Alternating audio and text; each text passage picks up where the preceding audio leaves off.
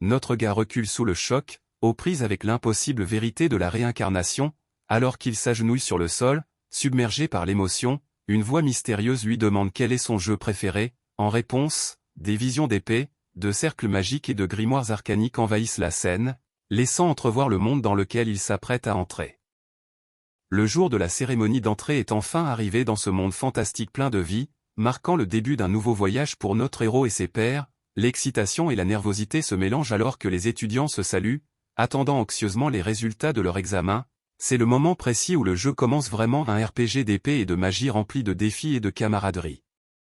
Malgré la monotonie de son lieu de travail, le garçon trouve du réconfort en jouant à Dambur, un jeu dont il ne se lasse jamais. Ce qui distingue ce RPG, c'est sa fonctionnalité unique, la capacité d'approfondir les liens avec les héroïnes et de transformer ses connexions en amour. L'annonce des meilleurs candidats à l'examen d'entrée est sur le point de commencer, captivant l'attention de tous. Notre héros, qui regarde avidement depuis chez lui, ressent une vague d'excitation alors qu'il se prépare à voir qui a réussi à se démarquer. Avec un large sourire, il identifie les 4 principaux candidats, prêts à plonger plus profondément dans leurs histoires. Shell Uranus rayonne avec un doux sourire, fier d'occuper la 5e place à l'examen d'entrée et prête à commencer son voyage en tant que mage. Juste en dessous d'elle, Nagisa Seke se tient résolue et déterminée, ayant obtenu la 4e place et s'apprêtant à débuter comme épéiste, son regard farouche promettant force et compétence. Aerith Santraya revendique fièrement la 3e place à l'examen d'entrée, prête à s'engager sur sa voie de prêtresse avec un sourire chaleureux et confiant. Juste en dessous d'elle, Léon Presse se tient en tant que major de la promotion, destiné à commencer son périple en tant que mage lame et portant le poids d'être le descendant du héros. L'histoire principale suit Léon alors qu'il se rapproche des héroïnes et se prépare à affronter le roi démon. Parallèlement à cela, de nombreux événements secondaires à la fois connus et cachés ajoutent de la profondeur et de l'excitation au voyage, invitant les joueurs à découvrir des secrets et à profiter d'expériences de jeu riches. Les designs de tenues superbes et variés captivent les joueurs, changeant de manière dynamique au fil de l'histoire pour renouveler constamment l'expérience. Cet attrait visuel est un facteur majeur derrière la popularité fulgurante de Dambur. Notre gars ne peut s'empêcher d'admirer à quel point les graphismes sont véritablement à couper le souffle.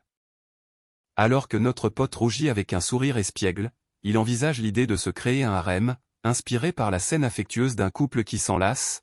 La chaleur et la proximité partagée avec les héroïnes sont incroyablement touchantes, même si ses intentions ne sont peut-être pas tout à fait sérieuses. L'immense popularité de Dambur a conduit à son adaptation en anime, manga et produits dérivés, élargissant sa portée à travers divers médias. Les joueurs ont adoré la façon dont le jeu équilibrait les éléments sérieux de RPG avec son contenu érotique, inspirant même une version tout public où ces scènes étaient fortement réduites. Malgré cela, le garçon insiste sur le fait que tout le contenu original reste intact quelque part. L'épuisement finit par le rattraper, et il avoue qu'il est plus fatigué que d'habitude. Malgré sa frustration de n'avoir jamais atteint ce niveau auparavant, il décide de faire une pause et de dormir un peu. La pièce est parsemée de restes de sa session de jeu, laissant deviner à quel point il était profondément immergé. Une question tranchante traverse la tension, quel jeu détestes-tu? Notre gars s'avance avec assurance, son regard perçant alors que le poids de la question suspend l'atmosphère. Notre pote explique comment la suite, Dungeon Brave Soul 2, déplace l'attention sur un nouveau héros nommé Zénon, qui n'était qu'une figure anonyme dans le premier jeu. L'histoire reprend après que Léon a scellé le roi démon, préparant le terrain pour cette nouvelle aventure. Zénon devient rapidement un allié gênant, se joignant à Léon et aux héroïnes pour former un nouveau groupe. Pourtant, à mesure qu'elle se rapproche de Zénon, les héroïnes commencent à s'éloigner de Léon. Malgré ce changement, la situation est loin d'être figée et continue d'évoluer. La choquante vérité éclate au grand jour, Zénon a volé les héroïnes, les attirant sous son influence. Avec un sourire sinistre, il est assis au sommet d'une pile d'héroïnes captivées, savourant son pouvoir inattendu. L'isolement croissant de notre héros devient plus évident à mesure que l'emprise de Zénon se resserre. Léon se retrouve isolé et piégé, submergé par la dure réalité qui s'offre à lui. Le sourire sinistre de Zénon révèle ses sombres intentions, alors que Léon est forcé d'assister à la violation d'une héroïne, une démonstration cruelle du pouvoir et du contrôle de Zénon. Le désespoir du garçon se complique, pris au piège dans le cauchemar qui se déroule autour de lui. Le désespoir prend le dessus alors que notre gars hurle pour que le tourment cesse, sa voix tremblant d'angoisse. Malgré sa douleur écrasante, il tend la main, essayant de saisir le moindre espoir de stopper le cauchemar qui se déroule devant lui.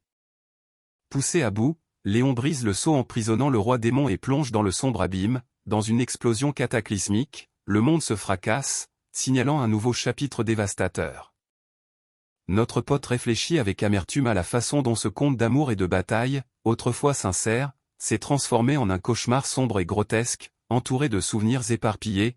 Il déclare sa haine pour Dambure II, jurant de ne plus jamais endurer son tourment. Notre héros se réveille dans une pièce ornée et inconnue, confus par son environnement, il remarque son propre corps, surpris de voir à quel point il est devenu svelte et musclé. La réalité s'impose à lui, ce n'est pas sa chambre, et tout lui semble étrangement étranger. Le garçon observe le cadre somptueux, reconnaissant le luxe indéniable de la pièce malgré sa confusion, alors qu'il se tourne vers un grand miroir, son reflet le surprend soudainement, provoquant une vive réaction.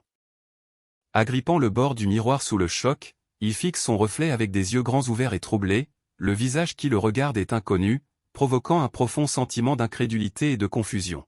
« C'est quoi ce bordel » s'exclame-t-il, luttant pour reconnaître la personne devant lui. Le choc de notre gars s'intensifie lorsqu'il reconnaît le visage dans le miroir Zénon Baskerville, la personne même qu'il déteste le plus dans Dambure. Son esprit s'emballe, peinant à comprendre comment il peut faire face à ce reflet inconnu. Le poids de cette révélation s'abat sur lui, accentuant sa confusion et son effroi. Submergé et désespéré, il se prend la tête entre les mains, luttant pour accepter la réalité de sa situation. Son monde a basculé et il s'est réincarné non pas en héros, mais en méchant qu'il méprise dans son jeu préféré. La terrifiante question demeure, quel destin l'attend désormais?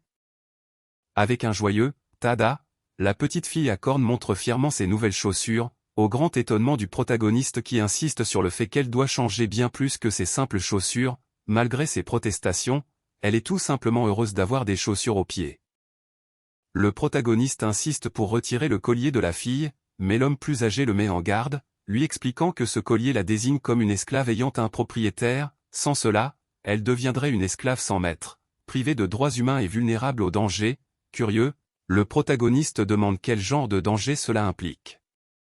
L'homme plus âgé lui explique la dure réalité. En tant que membre de la race très prisée des Oni, le collier de la fille est sa seule protection. Sans lui, tout préjudice qui lui serait causé, enlèvement ou agression, resterait impuni, et d'autres pourraient essayer de la revendiquer comme leur propriété. Le protagoniste grince des dents, se rappelant soudain la gravité de la situation. Dans le royaume des Slayers, les demi-humains comme Ulza ont un statut inférieur et n'existent que comme esclaves dans les villes. Sans collier d'esclaves, ils se retrouvent sans maître et font face à des traitements brutaux, leurs droits étant bafoués. Malgré cette dure réalité et les relations tendues du royaume avec les territoires voisins, l'homme plus âgé précise clairement qu'il n'a aucun désir de garder ses filles enchaînées par un collier. Ulza insiste joyeusement sur le fait que le collier ne la dérange pas, déclarant avec fierté qu'il est la preuve qu'elle appartient à son maître et qu'elle l'apprécie énormément. Le protagoniste, encore hésitant mais prêt à l'accepter pour le moment, décide de ne pas trop s'en faire puisqu'Ulza le vit bien. Pendant ce temps, le serviteur masqué propose de les conduire à leur chambre, les assurant qu'ils seront tranquilles pendant un moment. Le protagoniste hésite, peu sûr que l'homme plus âgé comprenne vraiment la situation alors qu'il les laisse dans une pièce somptueusement décorée. De son côté, Ulza se prépare joyeusement à se changer, impatiente et excitée de commencer malgré l'incertitude qui plane dans l'air. Le protagoniste panique lorsqu'Ulza commence soudainement à se déshabiller, lui ordonnant désespérément de s'arrêter. Elle lui demande innocemment s'ils vont faire des bébés maintenant. Comprenant de travers la situation, déboussolé, il insiste sur le fait qu'il n'en est absolument pas question, essayant à la hâte de la rhabiller tout en niant fermement tout intérêt déplacé. Le protagoniste insiste fermement sur le fait qu'Ulza a besoin d'un équipement approprié avant d'entrer dans le donjon, lui faisant clairement comprendre qu'il ne s'intéresse à elle qu'en tant que combattante. Ulza, submergée par l'excitation, répète le mot « donjon » avec des larmes de joie. Ravie d'avoir la chance de se battre malgré son statut d'esclave, son bonheur est palpable alors qu'elle sautille partout, impatiente de faire ses preuves au combat. Le protagoniste sort prudemment l'équipement de son sac, faisant remarquer la nature guerrière des Oni et leur amour pour le combat. Ulza exprime joyeusement son excitation à propos du donjon, admettant sans complexe qu'elle a hâte de tuer beaucoup et piller beaucoup. Malgré son apparence adorable, le protagoniste est décontenancé par son enthousiasme féroce et peine à trouver la bonne réaction. Le protagoniste dévoile un tas massif d'armes et d'accessoires soigneusement rassemblés, expliquant qu'il s'était préparé à l'éventualité qu'une femme rejoigne son équipe. Puisqu'il ne peut pas s'en équiper lui-même, il propose quelques objets à Ulza pour commencer, espérant qu'ils conviendront à ses besoins. Le protagoniste lui donne pour instruction d'essayer l'équipement, promettant de faire des ajustements si nécessaire. Excitée, elle accepte avec enthousiasme et enfile rapidement la tenue, rayonnante de confiance. Elle déclare que l'équipement est confortable et lui va à merveille, tandis que le protagoniste l'observe en silence, assimilant le moment.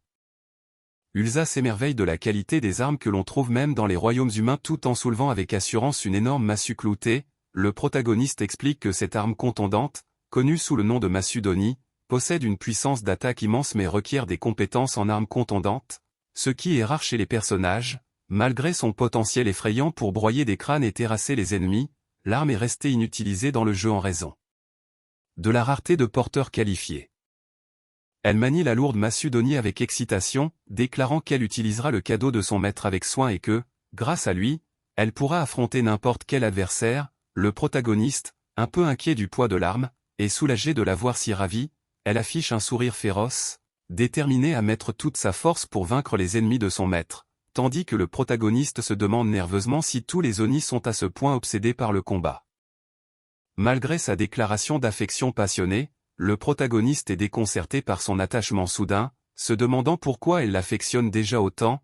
Il lui rappelle qu'ils viennent de se rencontrer et qu'il l'a seulement emmenée pour l'aider à combattre dans le donjon. Sans s'attendre à une telle dévotion, elle se retrouve sans voix, prise de court par sa confusion sincère. L'Oni avoue timidement qu'elle est attirée par les beaux garçons, déclarant joyeusement que son maître correspond parfaitement à cette description. Le protagoniste, stupéfait, lui demande si elle a vraiment bien regardé son visage, convaincu que ses traits acérés et sa présence intimidante le rendent tout sauf séduisant. Il se demande pourquoi elle s'attacherait ainsi à quelqu'un qui a tout l'air d'un méchant aux yeux des autres. L'Oni confirme son affection avec ardeur, rayonnante de joie lorsqu'elle décrit son type d'homme idéal, des yeux féroces capables de tuer d'un regard, un nez pointu et machiavélique, et des dents acérées qui semblent pouvoir déchirer la chair, et des traits dont elle dit fièrement qu'ils correspondent à Canabulsa.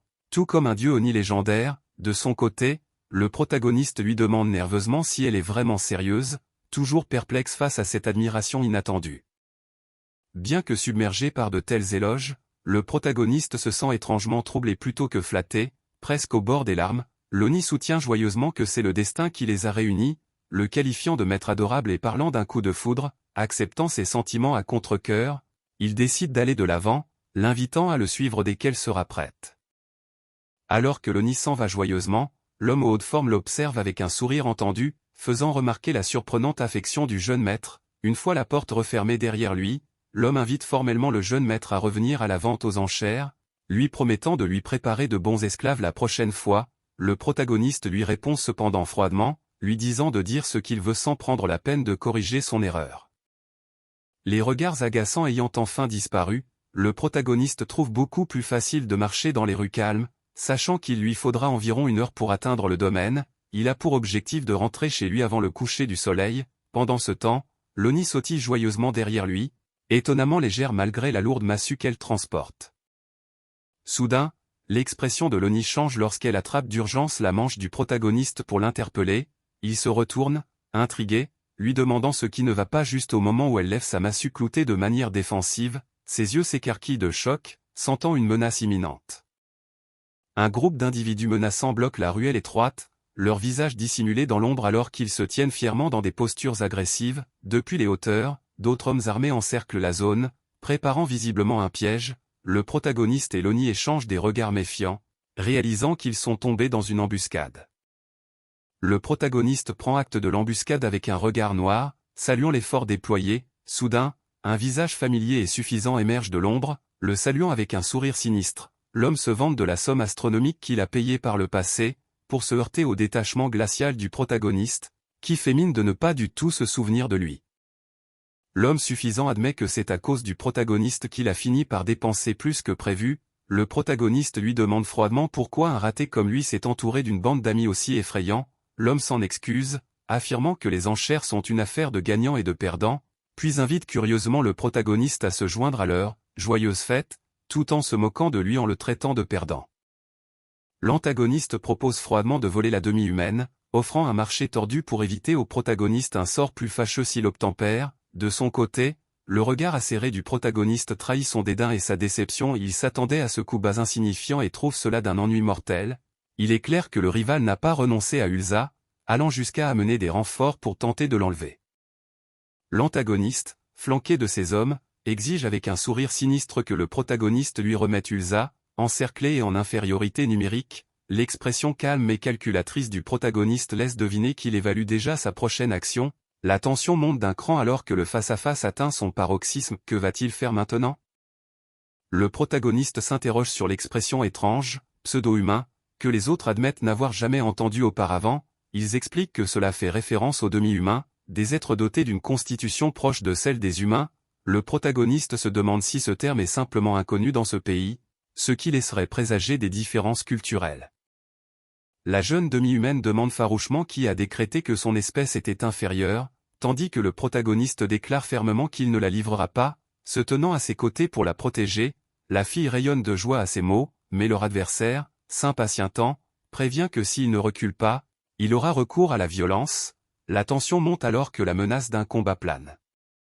L'antagoniste révèle son statut de noble et se vante de son immense fortune, affirmant avec assurance que l'acquisition de la jeune demi-humaine élèvera encore plus sa position.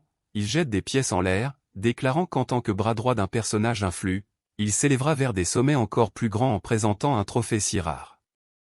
Le protagoniste se rappelle soudain l'identité de l'homme, reconnaissant son comportement exagéré et ses mouvements théâtraux. Il confirme que l'homme vient du royaume de Curon et l'identifie comme Zagitaro, le maréchal général. Cette révélation choque l'homme, qui réagit avec incrédulité. Le protagoniste confirme calmement sa vive intuition, laissant l'homme incrédule.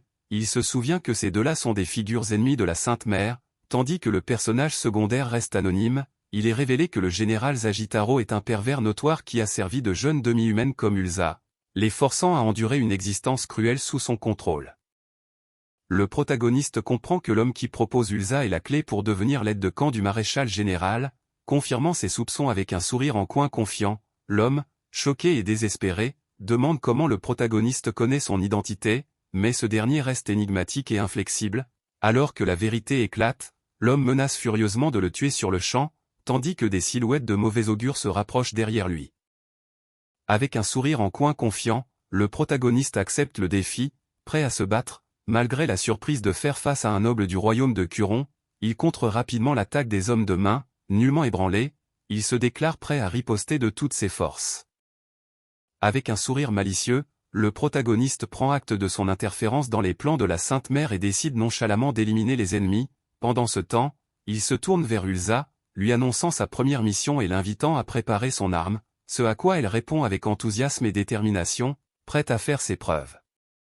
Le protagoniste ordonne à Ulsa de garder sa position et de couvrir ses arrières, mais elle boude obstinément, refusant d'attendre. Malgré son apparence adorable, elle porte l'esprit féroce d'une véritable guerrière. Pendant ce temps, le protagoniste invoque un puissant artefact, le grimoire de magie noire, se préparant à libérer sa puissance. Le protagoniste canalise la magie noire du grimoire, des runes anciennes tourbillonnant farouchement autour de lui alors qu'il se prépare à frapper. Les hommes de main, nullement découragés par cette puissance de mauvais augure, chargent armes au poing, leur chef hurlant l'ordre féroce de le tuer. Les yeux du héros brillent d'une concentration intense, prêt pour la bataille à venir. Avec un rugissement féroce, le protagoniste déclenche un sort de zone dévastateur d'éléments sombres Blood Carpet envoyant une puissante vague d'énergie sombre s'abattre sur les assaillants qui chargent. Cette force écrasante promet de renverser le cours de la bataille en un instant. Le sol jaillit violemment tandis que des pointes acérées surgissent vers le haut, projetant brutalement les attaquants dans les airs. L'onde de choc propage une puissante secousse à travers le champ de bataille, laissant les assaillants chancelants de douleur et de stupeur. À proximité, une silhouette s'élance vers l'avant avec un cri de guerre féroce, prête à en tirer profit. Le protagoniste réfléchit tristement à la nature brutale de la magie noire, la comparant au sort de torture que son père utilisait autrefois, et avoue en être écœuré.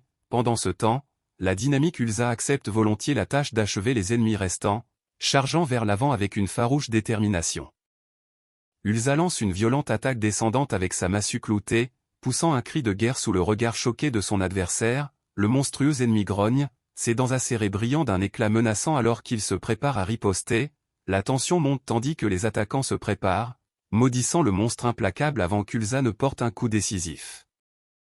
Alors que l'ennemi se jette en avant avec un coup furieux, la protagoniste attrape calmement la lame avec ses doigts, le regard acéré et inflexible. la stupeur envahit le visage de l'attaquant qui lutte pour libérer son épée, mais elle tient bon, inébranlable face à ses cris désespérés. Avec un cri féroce, elle déclenche une frappe puissante qui brise la défense ennemie. Le dernier adversaire, tremblant et désespéré, supplie qu'on lui fasse grâce, mais elle se contente d'un sourire malicieux, promettant de massacrer tous les ennemis de son maître. Son sourire en coin confiant et enjoué ne laisse planer aucun doute, cette bataille est loin d'être terminée. La puissante attaque du protagoniste fend l'air, impressionnant un observateur qui salue sa force avec un sourire confiant. Pendant ce temps, la petite alliée aux allures d'elfe annonce joyeusement que leur tâche est accomplie, s'attirant de chaleureux éloges de la part du protagoniste. L'elfe rayonne de joie alors que le protagoniste lui ébouriffe affectueusement les cheveux, visiblement ravi de leur travail d'équipe. Avec une froide certitude, le protagoniste confronte le dernier ennemi, lui rappelant que ses alliés ont disparu et l'interrogeant sur son sort. L'homme désespéré implore, invoquant son statut de noble et prévenant que le tuer déclencherait un incident diplomatique, nullement ébranlé. Le protagoniste rétorque que la même conséquence aurait suivi si elle avait été tuée, affirmant qu'il aurait dû reculer lorsqu'il a perdu les enchères. Le protagoniste réfléchit à la froide réalité de ses actes, réalisant que bien que ce soit la première fois qu'il tue en personne, il a déjà pris 3 vies avec la magie et ne ressent aucune culpabilité. Une puissance sombre et menaçante tourbillonne autour de lui alors qu'il accepte cette vérité glaçante. Le protagoniste se demande s'il est pleinement devenu Zénon Baskerville ou s'il a toujours été aussi impitoyable, ce qui expliquerait pourquoi Zénon l'a choisi. Pendant ce temps, l'homme désespéré supplie qu'on l'épargne, offrant n'importe quelle somme d'argent, mais le protagoniste refuse froidement, déclarant qu'il ne manque pas de liquidité. L'elfe exulte joyeusement depuis les hauteurs tandis que l'homme vaincu hurle de terreur sur les pavés en contrebas. L'elfe lève bien haut son arme cloutée, prête à frapper, tandis que l'homme terrifié au sol hurle de désespoir. Son expression se change en surprise lorsqu'elle entend un ordre soudain, « À vos marques, prêts, partez !» Le visage de l'homme se remplit d'effroi, réalisant la gravité de son sort. Alors que l'elfe lève son arme, le protagoniste perçoit une présence cachée qu'ils avaient complètement manquée, devenant de plus en plus inquiet. L'elfe est rappelé d'urgence, et le protagoniste réfléchit au fait que même une guerrière comme Ulza n'a pas réussi à la détecter. Réagissant rapidement, Ulza se retourne pour obéir, la tension montant alors qu'il se prépare à faire face à la menace inconnue. Une silhouette ténébreuse s'avance prudemment au coin d'une rue tandis que l'elfe resserre son emprise sur son arme cloutée, le regard affûté et alerte. Le regard du protagoniste se fait noir de frustration, exigeant de connaître l'emplacement de la menace cachée, mais une voix calme vient rompre la tension, assurant à Zénon Baskerville qu'il n'y a pas lieu de s'alarmer. Depuis l'obscurité de la nuit, une mystérieuse silhouette s'avance, encapuchonnée et indéchiffrable, jetant un froid dans l'air. Les yeux du protagoniste s'écarquillent sous le choc et la suspicion alors qu'il exige de connaître l'identité de l'inconnu. La tension est à son comble, laissant la question en suspens. Qui est cette présence énigmatique? La servante, enveloppée dans une serviette et rayonnante de confiance, invite d'un ton taquin le jeune maître à la rejoindre dans le bain site 4. Pendant ce temps, le Vienna reconnaît la force de la race des Oni, admettant qu'il est impossible d'éloigner Ulza à site 4. Les yeux du protagoniste s'écarquillent sous le choc face à la suggestion audacieuse de la servante site 4. Le protagoniste est pris de court, rougissant furieusement alors qu'il bafouille un refus site 4. La servante, enveloppée dans une serviette, lui demande d'un ton taquin s'il est embarrassé malgré leur longue connaissance site 4. Pendant ce temps, il se demande si ses bains réguliers avec le Vienna laissent présager une relation plus profonde, alors même qu'il lutte contre ses propres sentiments de déstabilisation site 4. Déterminé à éviter les soupçons, le protagoniste se convainc que rejoindre le Vienna dans le bain est une démarche purement stratégique pour protéger sa véritable identité site 4. Malgré son trouble intérieur et son refus confus, il prend son courage à deux mains et accepte de jouer le jeu site 4. Alors qu'il se dirige vers le bain, son esprit submergé peine à suivre cette situation inattendue site 4. Tandis que le protagoniste endure nerveusement le bain, la servante lui lave doucement les cheveux avec un sourire enjoué, apaisant la tension site 4. À proximité, le Vienna observe avec un sourire taquin, encourageant ce petit moment de complicité site 4. Malgré son embarras et ses rougeurs, le bain chaud et leur interaction légère créent une atmosphère d'un calme inattendu site 4. Alors que le bain chaud l'apaise, le regard troublé du protagoniste s'attarde sur la silhouette gracieuse de le Vienna entourée de roses flottantes site 4. Soudain, une petite silhouette enjouée déclare d'un ton ensommeillé son désir de dormir avec le maître. pour se faire stopper fermement mais gentiment par une servante sévère insistant sur le fait que son lit est prêt. Cite 4. Cette interruption inattendue ajoute une tournure humoristique à ce moment intime. Cite 4.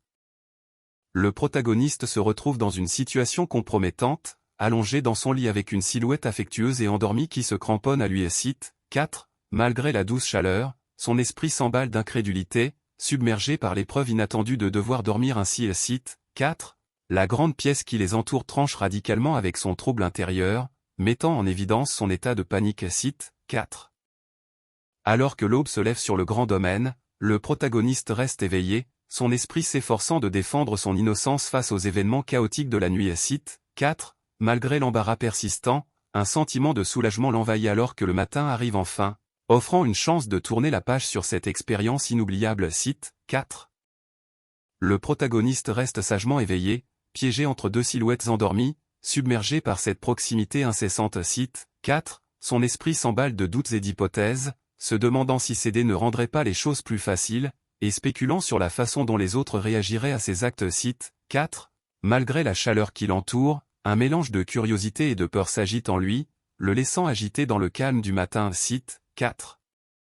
La petite fille, Ulsa, tend les bras avec ferveur, réclamant un câlin. Cite 4. Malgré sa résistance intérieure, le protagoniste a du mal à savoir comment réagir, se rappelant qu'elle n'est qu'une enfant et qu'il ne l'a achetée que pour sa puissance de combat. Cite 4. Confus et incertain, il s'interroge sur son âge, ne sachant pas comment gérer ce moment inattendu. Cite 4. L'esprit du protagoniste sombre dans la confusion et l'épuisement, luttant contre l'envie de céder tout en s'interrogeant sur l'âge réel d'Ulsa. Cite 4. Malgré son trouble intérieur, la petite fille se frotte les yeux de sommeil et le salue chaleureusement, son sourire innocent brisant sa résistance. Cite 4. Ce moment de tendresse se prolonge alors qu'elle se blottit contre lui, l'appelant « maître » d'un rire doux et enjoué. Cite 4. Le protagoniste se convainc qu'Ulsa n'est qu'une enfant, incapable de croire qu'elle puisse être majeure. Cite 4. Lorsqu'une femme le salue gentiment d'un doux « bonjour, jeune maître Zénon », il essaie de répondre, mais son inconfort est évident. Cite 4. Submergé, il lâche qu'il n'a manifestement pas bien dormi. Cite 4. Alors que le matin commence, la femme propose de s'occuper des préparatifs tandis que l'enfant couvre des yeux le petit déjeuner servi. Cite 4. Pendant ce temps, le protagoniste s'entraîne intensément, perfectionnant ses compétences sous le ciel radieux. Cite 4. Il interpelle ensuite Ulsa, lui rappelant fermement les projets dont ils ont discuté la veille alors qu'ils se dirigent ensemble vers l'académie. Cite 4. Ulsa promet avec enthousiasme qu'elle ne causera aucun problème, déterminée à se comporter parfaitement. Cite 4. Le protagoniste réfléchit aux nombreux nobles et à leurs serviteurs qui fréquentent l'Académie royale de l'épée et de la magie, confirmant sa décision d'emmener Ulsa avec lui à l'école. Cite 4.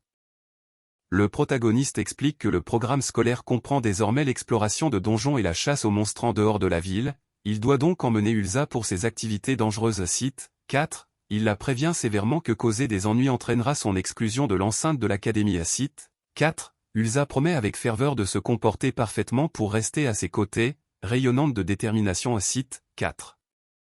Alors que le carrosse démarre, le protagoniste se sent rassuré par la promesse sincère d'Ulsa de ne pas causer d'ennuis. Cite 4. À l'intérieur, elle regarde avec enthousiasme par la fenêtre, visiblement ravie par le voyage qui s'annonce, tandis qu'il est assis calmement, observant son enthousiasme avec une patience tranquille. Cite 4. Alors que le carrosse poursuit sa route, Ulsa entonne soudain une chanson joyeuse sur le fait d'aller à l'école et de voir de nombreuses maisons. Cite 4. Le protagoniste l'observe avec un mélange de curiosité et d'une légère confusion, se demandant ce qui a déclenché son bonheur soudain. Cite 4. Le protagoniste se demande calmement si emmener Ulsa est vraiment une bonne idée, tandis qu'elle insiste joyeusement sur le fait qu'elle s'amuse. Cite 4. Ses yeux brillants et sa chanson joyeuse prennent une tournure sombre lorsqu'elle chante joyeusement sur le fait de « tuer et assassiner », révélant une excitation plus troublante sous sa façade innocente. Cite 4.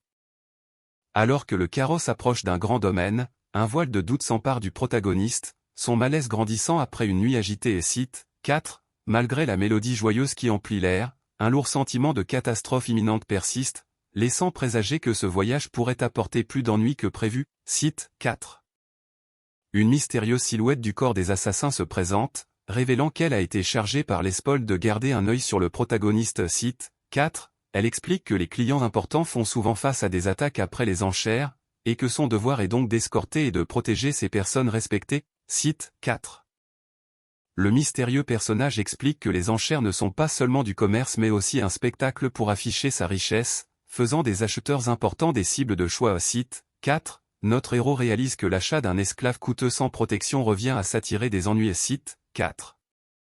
La mystérieuse silhouette reconnaît la force du protagoniste, affirmant qu'une escorte n'était finalement pas nécessaire. Site 4. Notre héros, peu désireux de se montrer digne de l'héritage des Baskerville, annonce calmement son intention de rentrer chez lui. Site 4. Le personnage promet de s'occuper du corps de l'assaillant à terre, s'assurant que la voix du protagoniste reste libre. Site 4.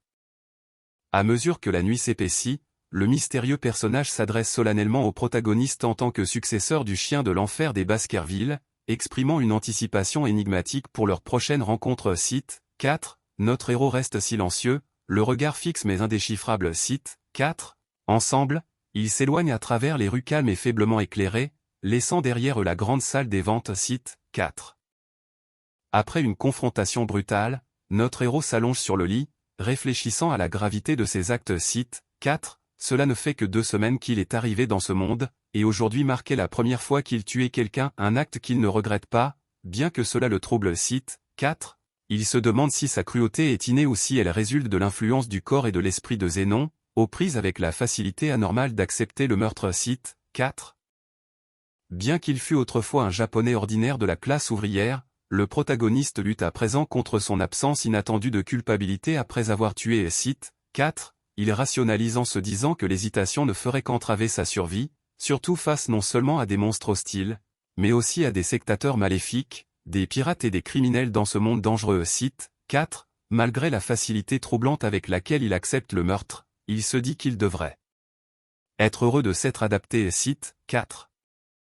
Le protagoniste réfléchit à sa nouvelle force au combat, reconnaissant l'avantage de vaincre ses ennemis sans hésitation. Site 4. Il se sent optimiste à présent qu'il a une compagne fiable, Ulsa, et envisage la nécessité d'une équipe plus équilibrée comprenant un utilisateur de magie et un soigneur. Site 4. Malgré le stade précoce de leur voyage, il reconnaît l'importance de faire preuve de patience avant de plonger plus profondément dans le donjon. Site 4. Ulsa surgit du bain, les larmes coulant sur son visage, alors qu'elle appelle désespérément son maître. Site 4. Sa farouche détermination transparaît malgré son état de vulnérabilité. Site 4.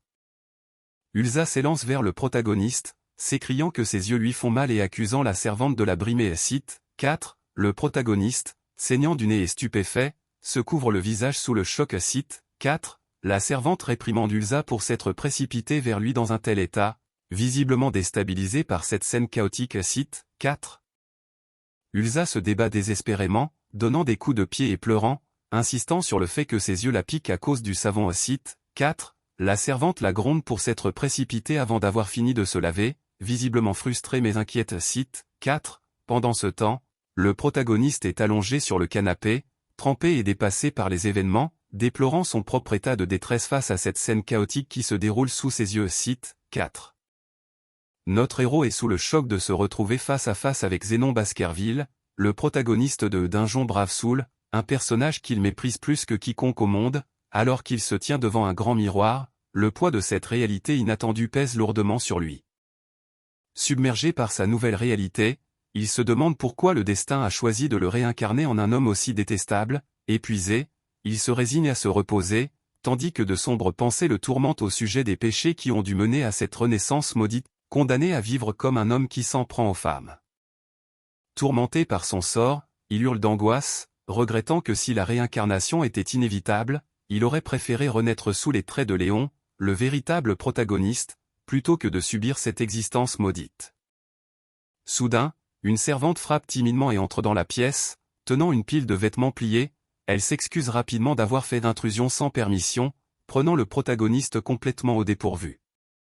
La servante explique nerveusement qu'elle attend habituellement une réponse après avoir frappé, mais comme il ne se réveillait pas, elle est entrée sans permission et s'excuse abondamment pour sa grossièreté et sa tenue négligée. Pendant ce temps, le protagoniste, pris totalement au dépourvu et encore à moitié habillé, réagit avec choc et confusion. La servante, se déshabillant avec une expression calme mais déterminée, demande à être punie comme d'habitude, révélant une routine troublante. Le protagoniste serre le poing sous le choc, remettant en question la sinistre réalité de la violence quotidienne de Zénon. Le doute et l'horreur l'envahissent alors que la possibilité de coups de fouet constants devient une évidence. Luttant contre sa colère et sa peur, le protagoniste serre le poing, furieux contre l'homme cruel derrière ce tourment. Malgré son envie de crier, il se retient, craignant de l'éveiller les soupçons. Doucement, il insiste pour que la servante remette ses vêtements, refusant de la punir cette fois-ci, tout en mesurant la fréquence à laquelle ces violences se produisent habituellement. Le protagoniste examine attentivement les vêtements de la servante, notant qu'ils appartiennent à Zénon et sont majoritairement noirs. Il réalise que, malgré son apparence négligée de tout à l'heure, elle est en réalité très belle. Alors qu'elle lui demande poliment ce qu'elle doit faire désormais, il se demande comment quelqu'un comme elle a pu se retrouver parmi les domestiques. La servante lui révèle la date, le 5 avril 101 du calendrier des Slayers, confirmant qu'il se trouve dans le monde de Dambur. Le protagoniste réfléchit à l'importance de ce jour. Il marque la cérémonie d'entrée à l'Académie royale de l'épée et de la magie dans la capitale royale, une étape mémorable pour lui qui a déjà tout accompli. Le protagoniste apprend que Zénon rate l'entraînement du matin aujourd'hui, ce qui le surprend puisque Zénon est connu pour sa discipline quotidienne implacable. La servante exprime sa curiosité face à ce changement, tandis que le protagoniste réfléchit au fait que ce côté travailleur de Zénon n'a jamais été montré dans Dambur 2. La servante propose gentiment de préparer le petit déjeuner puisque Zénon fait une pause dans son entraînement, mais il décline joyeusement, insistant sur le fait qu'il va commencer l'entraînement comme d'habitude. Surprise, elle lui demande rapidement de l'emmener avec lui sur le terrain d'entraînement. La cour paisible sert de décor à leur future pratique. Le protagoniste pénètre dans un terrain d'entraînement calme et usé, ses yeux s'écarquillant de surprise. Il remarque la panoplie d'épées et les murs de pierre patinés, marqués par d'innombrables impacts. Se tournant vers la servante, il réalise qu'il s'agit du terrain d'entraînement personnel de Zénon, un lieu qui renferme les histoires secrètes de son dévouement sans faille. Le protagoniste bouge avec une précision constante, empoignant l'épée comme s'il s'agissait d'un prolongement de lui-même. Il réfléchit en silence, ressentant un lien profond avec le corps de Zénon, comme s'il en faisait partie depuis sa naissance. Lentement, il reconnaît qu'il s'est habitué à cette nouvelle forme, l'acceptant avec sérénité. Le protagoniste reconnaît que la véritable maîtrise des arts martiaux exige plus que du simple talent. Elle demande un effort acharné, avec une détermination concentrée. Il libère une technique puissante, s'écriant Dark Blade, tandis qu'une énergie sombre et tourbillonnante se forme autour de sa main. L'impact de la technique Dark Blade fracasse le terrain d'entraînement, projetant des débris alors que de l'énergie sombre s'écoule du poing du protagoniste. Il réfléchit à la maîtrise de la magie noire par Zénon en parallèle de son art de l'épée, se demandant comment un homme aussi travailleur a pu devenir quelqu'un qui vole les femmes des autres. Malgré sa confusion, il prend la résolution de comprendre pleinement Zénon tant qu'il vivra dans ce corps.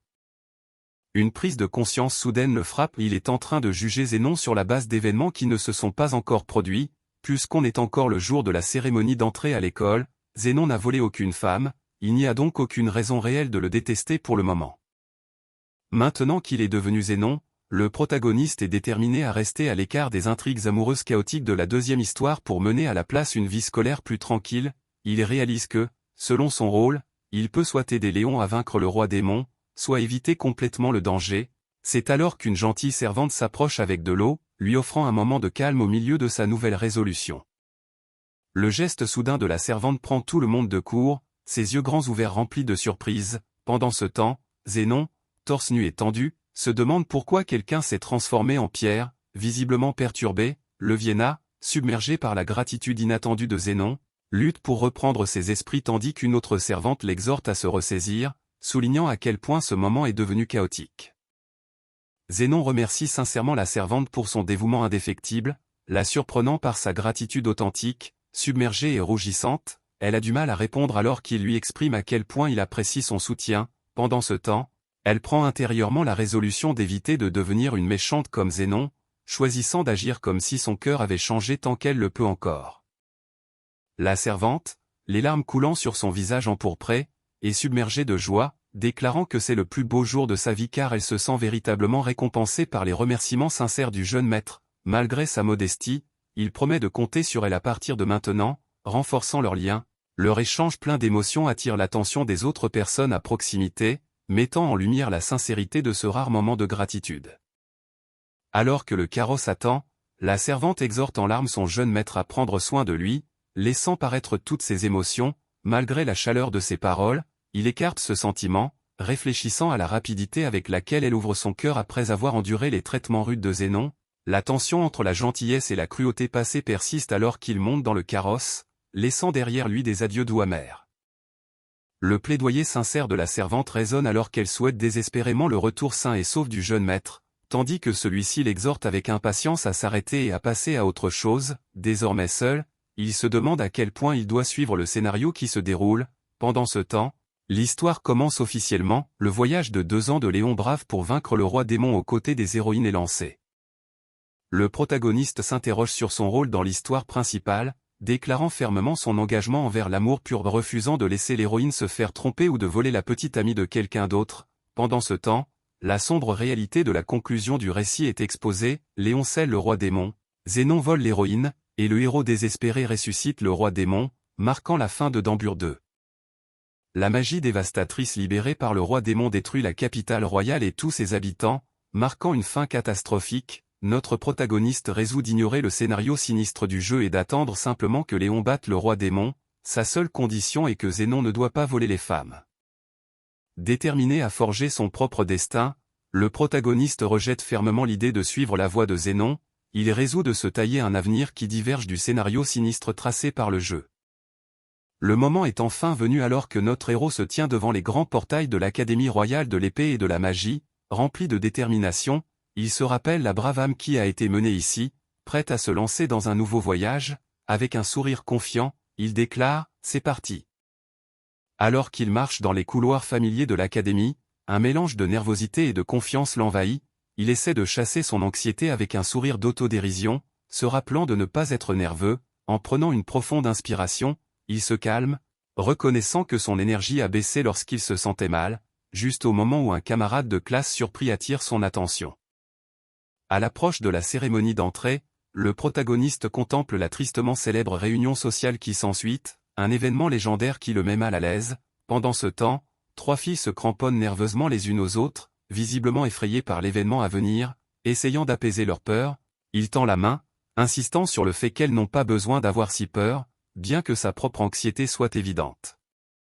Un sourire sinistre se dessine sur le visage d'une silhouette mystérieuse, jetant un froid dans l'air. Les 2 filles à proximité se cramponnent l'une à l'autre, visiblement secouées par cette présence troublante. Pendant ce temps, le protagoniste assume discrètement la responsabilité, admettant que la faute lui incombait entièrement, et résout de cacher son rire aux yeux des autres à l'avenir. Se sentant soudainement isolé dans l'auditorium bondé, le protagoniste se prend le visage entre les mains, accablé par la solitude. Pourtant, il se ressaisit rapidement avec un sourire provocateur, revendiquant son identité en tant que le infâme Zénon Baskerville.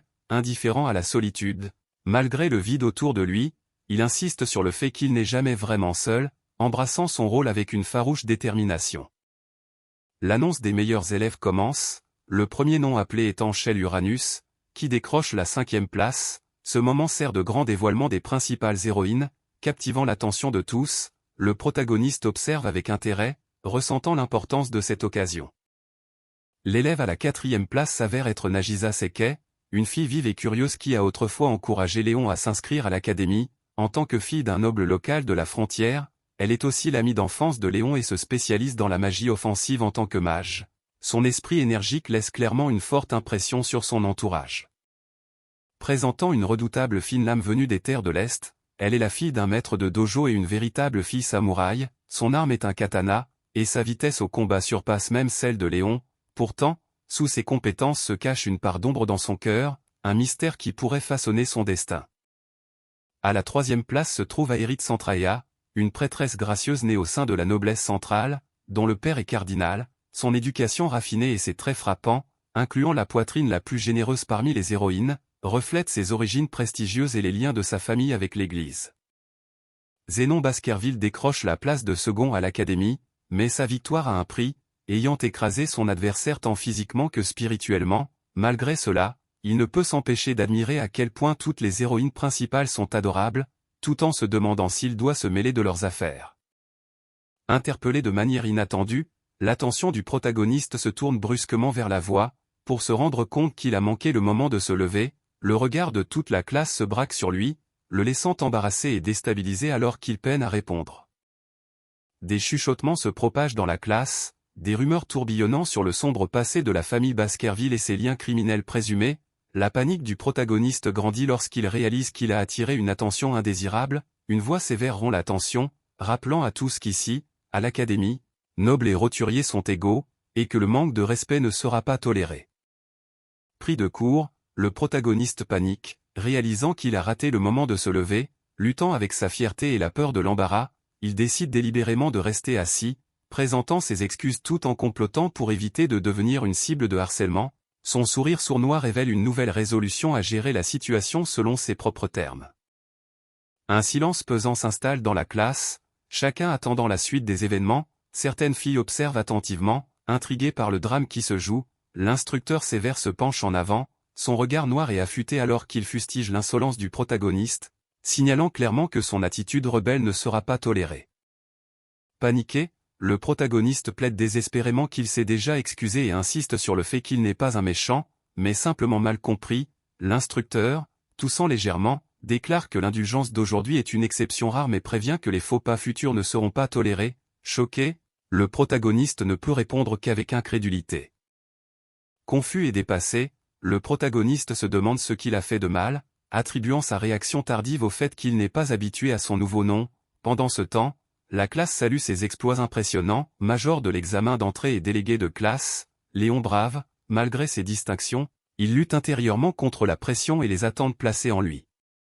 Léon Brave, le protagoniste, est présenté comme le fils héroïque d'une figure légendaire, doté du pouvoir unique de sceller le roi démon. Malgré ses origines de roturier, il excelle sur le plan académique en tant que major de promotion et suscite l'admiration en tant que beau jeune homme blond adoré par de nombreuses héroïnes. Son rôle de chevalier combine le combat au corps à corps et la magie, une classe rare et prestigieuse dans ce monde. Le protagoniste est pris de court, rougissant lorsqu'il réalise que cette figure familière issue d'innombrables histoires le regarde fixement. Confus, il se demande s'il se fait dévisager, se rappelant qu'il n'a causé aucun problème avec les héroïnes auparavant. Pendant ce temps, l'étudiant blond, au regard perçant, est invité à prononcer le discours de bienvenue en tant que représentant des nouveaux élèves. Pris de court par ce regard intense, le protagoniste se demande si son comportement rebelle de tout à l'heure a contrarié l'étudiant blond. Pendant ce temps, le blond prononce avec assurance un discours sincère, évoquant ses humbles origines de roturier et sa gratitude envers ceux qui l'ont soutenu, notamment ses tuteurs et le comte Uranus, qui est devenu comme un membre de sa famille. Il se sent profondément honoré de se tenir à la prestigieuse Académie royale de l'épée et de la magie. Remercie le corps enseignant ainsi que les aînés qui le guideront à l'avenir. L'étudiant blond déclare hardiment le but de sa venue à l'Académie, devenir plus fort et protéger le pays des forces du mal qui causent la souffrance. Malgré la paix du royaume, il reconnaît que les ténèbres rôdent toujours, et il est déterminé à les combattre de front. Pendant ce temps, le protagoniste admet doucement qu'il s'attendait à une ambition plus grandiose, mais continue d'écouter avec intérêt. Cette déclaration audacieuse prend un tournant brutal, soulignant que même un camarade de classe de la même école pourrait s'avérer être une menace. La salle bruisse de murmures, et un élève réagit avec surprise tandis qu'un autre reste silencieusement pensif, les yeux clos. Le protagoniste croise le regard intense de Léon et se demande pourquoi il manifeste soudainement une telle hostilité, insistant sur le fait qu'il n'a rien fait pour la mériter. Le regard acéré et inébranlable de Léon contraste avec la réaction surprise et défensive du protagoniste, accentuant la tension entre eux. Cette confrontation inattendue laisse une atmosphère électrique alors que l'histoire laisse entrevoir la suite des événements. Notre pote contemple un étrange changement dans le monde de l'histoire, où un personnage mineur, Zénon, acquiert soudainement un passé détaillé et un rôle de méchant après que deux intrigues ont été connectées de force. Ce changement le pousse à se demander si l'hostilité de Léon à son égard a déjà commencé, malgré l'absence de cause claire. Notre pote réalise que la victoire de Léon sur le roi démon n'est pas garantie, et que le monde pourrait faire face à la destruction s'il échoue. Alors que cette pensée troublante persiste, la cérémonie prend fin et tout le monde commence à se diriger vers les classes, laissant le protagoniste perdu dans ses pensées. Notre pote reconnaît que le scénario altéré pourrait rendre ses connaissances préalables inutiles, le forçant à abandonner la passivité et à lutter de toutes ses forces pour survivre. Déterminé, il jure d'éviter d'interférer avec Léon et de maintenir une vie scolaire paisible, en veillant à ne pas perturber les plans de Léon. Notre pote envisage une voie plus fiable, s'associer à Léon et aux autres pour vaincre le roi démon, pensant qu'avec la force immense de Zénon, il pourrait s'assurer une vie scolaire sûre sans que le monde ne prenne fin. Pendant ce temps, la frustration de Zénon couve alors qu'il nie tous mes faits, tandis que le protagoniste le juge silencieusement comme un idiot pour son entêtement. Notre pote réalise que cet enseignant est destiné à devenir la prochaine cible de Zénon dans 2 jours, mais il jure de l'empêcher à tout prix, malgré la difficulté de garder Zénon intact tout en restant fidèle au scénario principal. La question demeure, pourquoi Zénon a-t-il pris des mesures aussi drastiques? La journée d'école se termine avec des élèves qui discutent avec enthousiasme de rejoindre des clubs et prévoient de se retrouver après. Pendant ce temps, le protagoniste observe un élève sombre, notant sa présence imposante et les antécédents notoires de sa famille, laissant entrevoir le poids de sa réputation. Avec un soupir déterminé, le protagoniste décide de se dépêcher de rentrer chez lui et de commencer à planifier sa prochaine étape. Pendant ce temps, un grand carrosse arrive devant un imposant manoir, où une voix accueille chaleureusement Zénon en tant que jeune maître. Notre pote est pris de court par une servante enjouée qui le réprimande gentiment pour se trouver dans un endroit inattendu et lui demande s'il a froid. Malgré ses taquineries, elle passe rapidement aux choses sérieuses, l'exhortant à se rendre immédiatement au bureau car leur seigneur l'attend. Le jeune maître prononce le nom de Gandolf Baskerville, révélant le sombre héritage derrière le père de Zénon, connu comme le souverain de la nuit et le chef de la pègre. Gandolf est un méchant impitoyable qui contrôle le crime, manipule les assassins et fait le commerce de la souffrance humaine. Son influence est si sinistre qu'on comprend aisément pourquoi Zénon a été entraîné sur la voie du mal. Acceptant son destin à contre-cœur, le jeune maître se prépare à affronter son père, sachant qu'il ne peut plus éviter ce sombre héritage. Avec un lourd soupir, il franchit les grandes portes et l'interpelle. « Excusez-moi, père ?» Le jeune maître s'effondre sur le sol, luttant pour rester conscient face à la silhouette menaçante de son père. La silhouette sombre de Gandolf Baskerville remplit la pièce, sa voix froide et autoritaire alors qu'il prend acte de la présence de son fils après une longue absence. Submergé et tremblant, le jeune maître parvient à peine à parler, pris entre la peur et l'incrédulité. Gandolf Baskerville retient froidement le jeune maître avec sa magie noire, Bloody Chain, l'immobilisant et lui infligeant une douleur incessante. Alors que les chaînes se resserrent, Gandolf le nargue, mentionnant sa 2e place à l'examen d'entrée avec un regard menaçant. La présence de ce père impitoyable plane, rappel brutal du terrible héritage auquel le jeune maître doit faire face. La fureur de Gandolf s'intensifie alors qu'il frappe impitoyablement son fils, le condamnant pour avoir échoué à décrocher la 1re place à l'académie. Il méprise la faiblesse du jeune maître, déclarant que la famille Baskerville n'exige rien de moins qu'une force et une domination absolue. Ligoté et roué de coups, le jeune maître lutte sous le poids des attentes féroces et de la fierté inflexible de son père. Gandolf regarde son fils avec mépris, se moquant de son incapacité à bouger sous les chaînes et le condamnant comme un échec pathétique. Il prévient que si le jeune maître ne décroche pas la 1re place au prochain examen, la punition ne fera qu'empirer. Avec un sourire cruel, Gandolf lui ordonne d'obéir aux ordres de l'intendante et de poursuivre son entraînement avant d'annoncer son départ pour le travail. L'intendante se précipite aux côtés du jeune maître, le visage empreint d'une vive inquiétude alors qu'elle soutient son corps meurtri. Elle le supplie de tenir bon encore un peu, déterminé à commencer son traitement immédiatement. Malgré sa douleur, le jeune maître s'accroche à la conscience, tandis que l'inquiétude de l'intendante grandit. L'intendante administre soigneusement une potion de guérison, ses mains restant stables malgré l'état fragile du jeune maître. Alors que la nuit tombe sur le grand domaine, le jeune maître se réveille dans son lit, remarquant que la douleur s'estompe de son corps meurtri. Il reconnaît silencieusement la mystérieuse guérison qui commence en lui. Le jeune maître, submergé par les souvenirs douloureux des abus, peine à comprendre comment quelqu'un peut être aussi cruel envers son propre enfant. Malgré la gentillesse de l'intendante, il se demande amèrement pourquoi elle servirait un homme dépravé qui trahit les autres. Son cœur se serre alors qu'il se bat avec la dure réalité de sa situation. La vérité derrière la descente de Zénon dans la folie est révélée. Les abus incessants qu'il subissait quotidiennement ont brisé son esprit. Ce tourment insupportable l'a poussé à piéger Léon et à lui enlever l'héroïne. Gandolf Baskerville étant tenu responsable d'avoir poussé Zénon à bout, le poids de ses fardeaux a brisé l'équilibre mental de Zénon, menant à ses actions tragiques.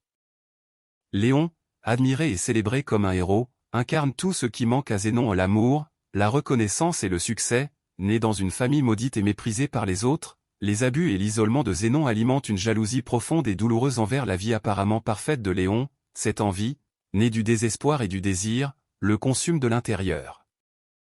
Hanté par la douloureuse vérité selon laquelle Zénon l'a trahi et a enlevé toutes les héroïnes, le protagoniste se prépare avec une nouvelle résolution. Serrant le poing, il se fixe un objectif clair, avant d'affronter le roi démon.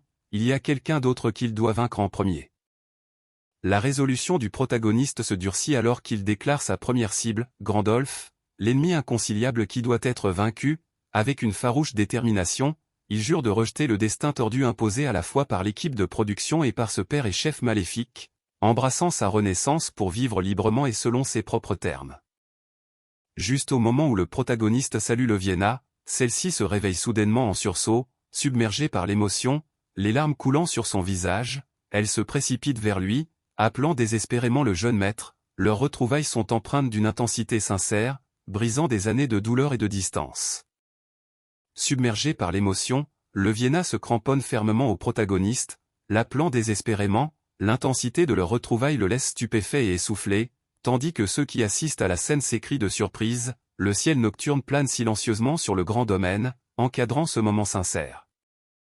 Déterminé à prendre le contrôle de son destin, le protagoniste commence par étudier attentivement les connaissances sur le jeu, prenant des notes en japonais pour éviter de s'attirer des soupçons. Il se concentre sur la compréhension du scénario à venir et sur la manière d'obtenir des objets cruciaux, se préparant aux défis futurs. Notre pote finit de compiler ses notes, reconnaissant que sa préparation est suffisante pour le moment, bien qu'incertain des raisons pour lesquelles il a été amené dans ce monde, il est résolu de vivre pleinement sous les traits de Zénon Baskerville. Avec détermination, il fixe ses regards sur le seul homme qu'il doit vaincre pour accomplir son but. Notre pote est confronté à la terrifiante réalité. Quitter la maison invite à une poursuite implacable par des gangsters et des assassins, ne laissant aucune issue apparente. Il sait que s'écarter du scénario rendra impossible la prévision des actions de Léon, bien qu'il souhaite que le roi démon puisse être scellé comme le scénario l'exige.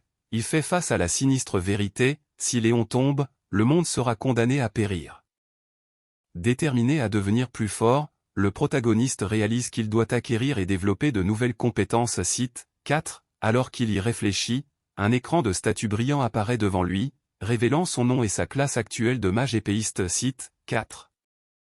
Le protagoniste réalise que, contrairement au jeu traditionnel, il n'y a pas de niveau d'embure, mais seulement une maîtrise des compétences qui augmente avec l'utilisation. Site 4. Il note que sa classe reste la même que dans le jeu un mage épéiste tout comme Léon, mais il est perplexe face à une augmentation inattendue de sa maîtrise à l'entraînement. Site 4. Malgré sa curiosité, il espère qu'il n'aura pas besoin de s'en remettre à cette compétence particulière de sitôt. Site 4. Le protagoniste remarque que cet écran de statut ne dispose pas des commandes de jeu familières telles que objet, paramètres, sauvegarder ou charger. Site 4. Il réalise que pour devenir plus fort, il doit non seulement améliorer ses compétences mais aussi acquérir divers objets, comprenant que de nombreux trésors de valeur l'attendent. Site 4. Le chemin pour évoluer au-delà de sa classe initiale dépend de la progression de certaines compétences à des niveaux spécifiques, avec une grande marge de progression devant lui. Site 4. Le protagoniste apprend que des armes et armures puissantes augmentent ses capacités, tandis que certains objets débloquent de nouvelles compétences et de la magie. Site 4. Les accessoires et les talismans de réduction de dégâts ajoutent une autre couche d'amélioration, ce qui montre clairement qu'il y a de précieux trésors qu'il doit obtenir. Site 4. Ces objets peuvent être achetés dans des magasins, gagnés en récompense ou trouvés en explorant des donjons, ouvrant ainsi de multiples voies. Pour se renforcer. Site 4. Il réalise que les objets rares ne peuvent être achetés que lors d'enchères coûteuses, tandis que le butin de donjon est aléatoire et peu fiable. Site 4. Bien que tenté de s'en écarter, il décide d'éviter d'interférer avec Léon, sachant que s'approprier des objets d'événement pourrait conduire à un game over désastreux. Site 4. C'est alors que quelqu'un frappe poliment et demande à entrer. Site 4. La servante présente chaleureusement le petit déjeuner, expliquant qu'elle l'a apporté car elle pensait qu'il ne se sentait pas bien. Site 4. Reconnaissant, il admet qu'il commençait à avoir faim, tout en notant intérieurement que le café guérit les altérations d'état et que le repas offre des effets de récupération et de soutien, ressentant clairement son attention sincère. Site 4. La servante insiste timidement sur le fait qu'elle ne fait que son devoir, mais les remerciements sincères du jeune maître la touchent visiblement en plein cœur. Site 4. Alors qu'elle retient ses larmes, il lui exprime à nouveau discrètement sa gratitude, montrant à quel point son attention compte pour lui. Site 4. Pendant ce temps, il sirote son café, sans remarquer la goutte qui tombe à côté, perdu dans la chaleur du moment. Site 4. Lorsqu'il remarque des gouttes de sang tomber à proximité, il se demande si la servante saigne du nez pour avoir été trop submergée par ses remerciements. Site 4. Elle s'excuse précipitamment et se rue dehors, le laissant à la fois émerveillé et un peu déstabilisé par la profondeur de l'adoration qu'elle semble lui porter et cite 4. Malgré ce moment étrange, il ne peut s'empêcher de se sentir touché et ravi par son dévouement cite 4. Alors qu'il marche dans le grand couloir, un sourire confiant se dessine sur son visage, assuré que Zénon possède des alliés fiables et qu'il n'y a pas lieu de commettre des actions imprudentes cite 4. C'est alors qu'un homme digne le salue formellement, lui témoignant son respect cite 4. Le majordome en chef, Zaius, s'approche avec une salutation formelle et exprime son inquiétude quant à l'absence de Zénon à l'entraînement du matin, espérant qu'il n'est pas malade cite 4. Zénon sourit d'un air narquois, demandant sur un ton taquin si Zaius va rapporter son relâchement à son père cite 4.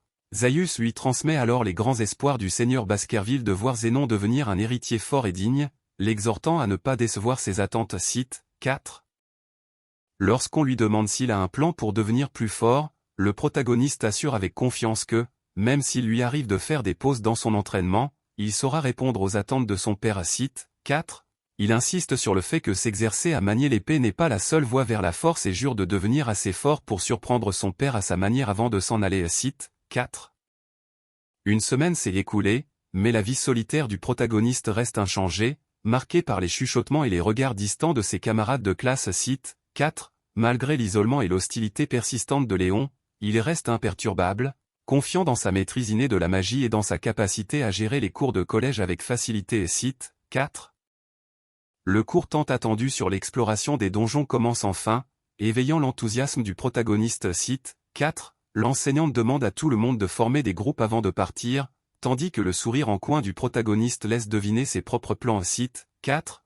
La leçon explique que les donjons sont de vastes repères remplis de monstres et de trésors, produisant sans cesse des ressources mais posant un danger constant si on les laisse sans surveillance cite 4. Le véritable but de l'académie est révélé, former les élèves à exterminer les monstres des donjons et à protéger l'humanité en développant leurs compétences cite 4. La classe se prépare à entrer dans le donjon tutoriel connu sous le nom de terrain de jeu du sage. Chaque groupe attendant son tour pour relever ses défis cite 4. Le protagoniste déclare avec confiance qu'il n'a pas besoin de groupe, insistant sur le fait qu'il s'en sortira parfaitement en affrontant le donjon tutoriel en solo cite 4. Pendant ce temps, une camarade inquiète se demande nerveusement d'où vient ce picotement aigu dans son nez, laissant présager que quelque chose cloche. Cite 4. Imperturbable, il affirme calmement n'avoir aucun problème non plus, inconscient de la présence qui s'approche derrière lui cite 4. Nagisa Seke, autrefois méfiante et distante, se tient désormais résolue, bien que son cœur gardé soit encore un projet en cours cite 4. L'instructeur prévient que l'exploration de donjons en solo est dangereuse, en particulier pour les novices, et suggère que les deux fassent équipe cite 4. Tous deux rejettent la proposition avec assurance, insistant sur le fait qu'une association n'est pas nécessaire cite 4. Déterminé à éviter de perturber Léon, il est résolu de limiter au minimum ses interactions avec Nagisa cite 4. L'instructeur soupire, avertissant la classe que bien que le donjon ne contienne aucun monstre particulièrement dangereux, tout incident relèvera de leur propre responsabilité cite 4. Avec un rappel de rapporter les objets collectés et une note indiquant que la guilde de gestion ne les achètera pas mais que les efforts influeront sur leurs notes, les élèves sont invités à commencer l'exploration dans un ordre successif cite 4. Les élèves se disputent vivement pour savoir qui entrera dans le donjon en premier, leur excitation tournant au conflit chaotique cite 4. Le protagoniste observe la scène avec un mélange d'inquiétude et de lassitude, pensant qu'il vaudrait mieux que l'enseignante décide simplement de l'ordre cite 4. À côté, un compagnon calme fait remarquer à quel point tout le monde semble imprudent et insouciant, traitant le donjon comme une simple sortie décontractée cite 4. Pour la première fois, une camarade rompt le silence, remarquant l'expression anxieuse du protagoniste et s'excusant de l'interrompre cite 4. Elle souligne que tous les autres semblent effrayés aussi, mais que lui a l'air d'avoir des ennuis, et puisqu'il semblait n'avoir rien à faire, elle exige qu'il annonce que c'est elle, Nagisa Seke, qui prendra la tête si aucun ordre n'est décidé cite 4. Le protagoniste réagit nerveusement, incertain de savoir si elle essaie de le surpasser cite 4. Sans hésitation, Nagisa s'avance d'un pas confiant vers l'entrée du donjon, déclarant qu'elle va prendre les devants cite 4. Les autres protestent bruyamment, choqués et outrés par sa décision soudaine cite 4. Pendant ce temps, le protagoniste sourit en coin, reconnaissant discrètement qu'elle a une personnalité étonnamment bonne cite 4. Frustré par l'incapacité du groupe à se décider, le protagoniste hurle que c'est une perte de temps et exige qu'il règle la question du leadership dès maintenant, que ce soit par un pierre-feuille-ciseau ou par un tirage au sort avant que le soleil ne se couche. Cite 4. Les autres grommellent pour protester, le qualifiant d'égoïste, tandis qu'il sourit intérieurement, résigné mais déterminé. Cite 4. Le groupe rival réclame activement son tour et se dirige vers le donjon, annonçant fièrement son départ. Cite 4. Le protagoniste réfléchit aux compétences de leadership inattendues de Baskerville-Coon avec un mélange de surprise et d'un respect naissant. Cite 4. Pourtant, il avertit l'enseignante de ne pas le sous-estimer, laissant entendre qu'il y a plus qu'il n'y paraît sous la surface. Cite 4. L'enseignante admet qu'elle doit réfléchir à ses propres préjugés, réalisant que, tout comme les autres élèves, elle a gardé ses distances avec Baskerville-Coon en raison de son apparence et de ses antécédents familiaux. Cite 4. Pendant ce temps, le protagoniste interroge l'enseignante sur l'ordre de leur passage dans le donjon, notant qu'elle n'a pas participé au jeu du pierre-feuille-ciseau et demande s'il était correct pour eux de passer en dernier. Cite 4. Il aborde ensuite le sujet des taxes sur les objets et trésors acquis dans le donjon, cherchant à clarifier les règles. Cite 4. L'enseignante explique que puisque le donjon est géré par l'école, aucune taxe ne sera imposée sur les objets trouvés, bien que leur valeur soit minime. Cite 4. Elle rassure le protagoniste en lui disant que le donjon présente peu de danger en raison de l'absence de monstres puissants, mais lui conseille d'être prudent puisqu'il explore seul. Cite 4. Soulagé, il promet de faire de son mieux dans ses recherches tandis qu'elle l'exhorte à faire demi-tour si les choses deviennent risquées. Cite 4. Bien qu'il ne la porte pas particulièrement dans son cœur, le protagoniste reconnaît l'inquiétude sincère et la fiabilité de l'enseignante. Cite 4. Il se rappelle la dure réalité qu'elle a endurée dans le jeu, enchaîné et humilié dans un sous-sol. Cite 4. Déterminé, il serre le poing, jurant de ne jamais laisser un monde comme celui de Dambur 2 se réaliser. Cite 4.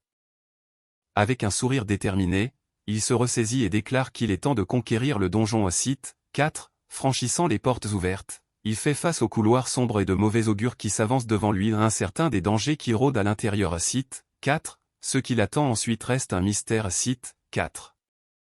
Avec un sourire féroce, le protagoniste libère une attaque puissante, criant un Shadow Edge, alors que des projectiles sombres et tranchants jaillissent vers l'avant, fracassant le sol lors de l'impact. Cite 5. L'air crise d'énergie, signalant un coup décisif dans la bataille. Cite 5. Notre gars balaie l'air avec son épée, faisant éclater les slimes vaincus sur le sol du donjon. Cite 5. Il observe un objet lâché à un noyau de slimes et note à quel point la disposition du donjon et le butin reflètent parfaitement le jeu. Cite 5. Confiant, il fait remarquer que puisque ce n'est qu'un tutoriel avec seulement des monstres de base et aucun piège, il est facile de s'en charger en solo. Cite 5.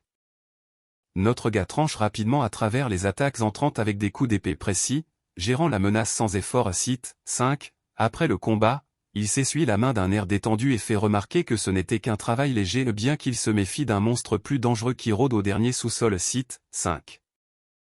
Imperturbable face à l'essaim de slimes qui se multiplient autour de lui, le protagoniste sourit en coin avec assurance. Cite 5. Peu importe combien d'entre vous apparaissent, le menu fretin reste du menu fretin, déclare-t-il, bondissant dans les airs pour lancer une contre-attaque décisive. Cite 5. Avec un sourire en coin confiant, il s'élance dans les airs, épée levée, entouré d'innombrables slimes. Cite 5. Il les nargue, déclarant qu'ils ne sont rien de plus que des sacs de frappe. Cite 5. Alors qu'ils éclatent autour de lui, un rire sinistre s'échappe de ses lèvres, montrant qu'il apprécie le combat. Cite 5.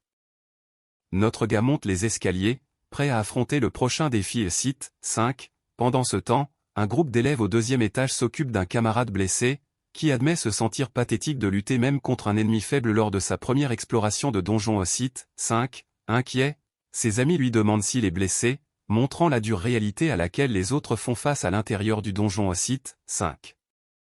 Notre gars marche dans un tunnel parsemé de slimes vaincus, son épée se balançant nonchalamment à ses côtés. Cite 5. Au 3e étage, la sombre réalité du donjon devient évidente alors que les élèves blessés se rassemblent, leur nombre grandissant à chaque bataille. Cite 5. Il note que seuls quelques-uns, Léon, Shell et Nagisa, ont réussi à atteindre la couche inférieure, soulignant le fardeau croissant que cet étage impose à ses challengers. Cite 5. Les élèves blessés se rassemblent, discutant de l'idée d'une classe possédant une compétence de triche et de l'importance de former des alliances en dehors de l'école. Cite 5. Notre gars réfléchit en soupirant, se rappelant la dure vérité selon laquelle faire équipe avec des partenaires peu fiables ne fait qu'entraver la progression. Cite 5. Pendant ce temps, une guérisseuse s'avance, prête à soigner les blessés, les exhortant à s'aligner correctement pour le traitement à site 5.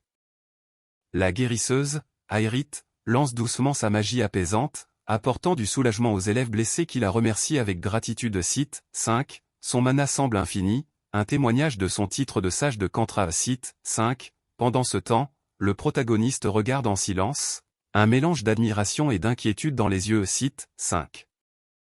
Notre gars balaye rapidement d'un revers de main une tape taquine, déterminé à ne pas se laisser distraire. Site 5. Il se rappelle de rester concentré, sachant que céder aux distractions ne mènerait qu'à l'échec de sa mission. Site 5. Alors qu'il avance, une fille mystérieuse l'interpelle, s'adressant à lui en l'appelant Baskerville-Sama. Site 5.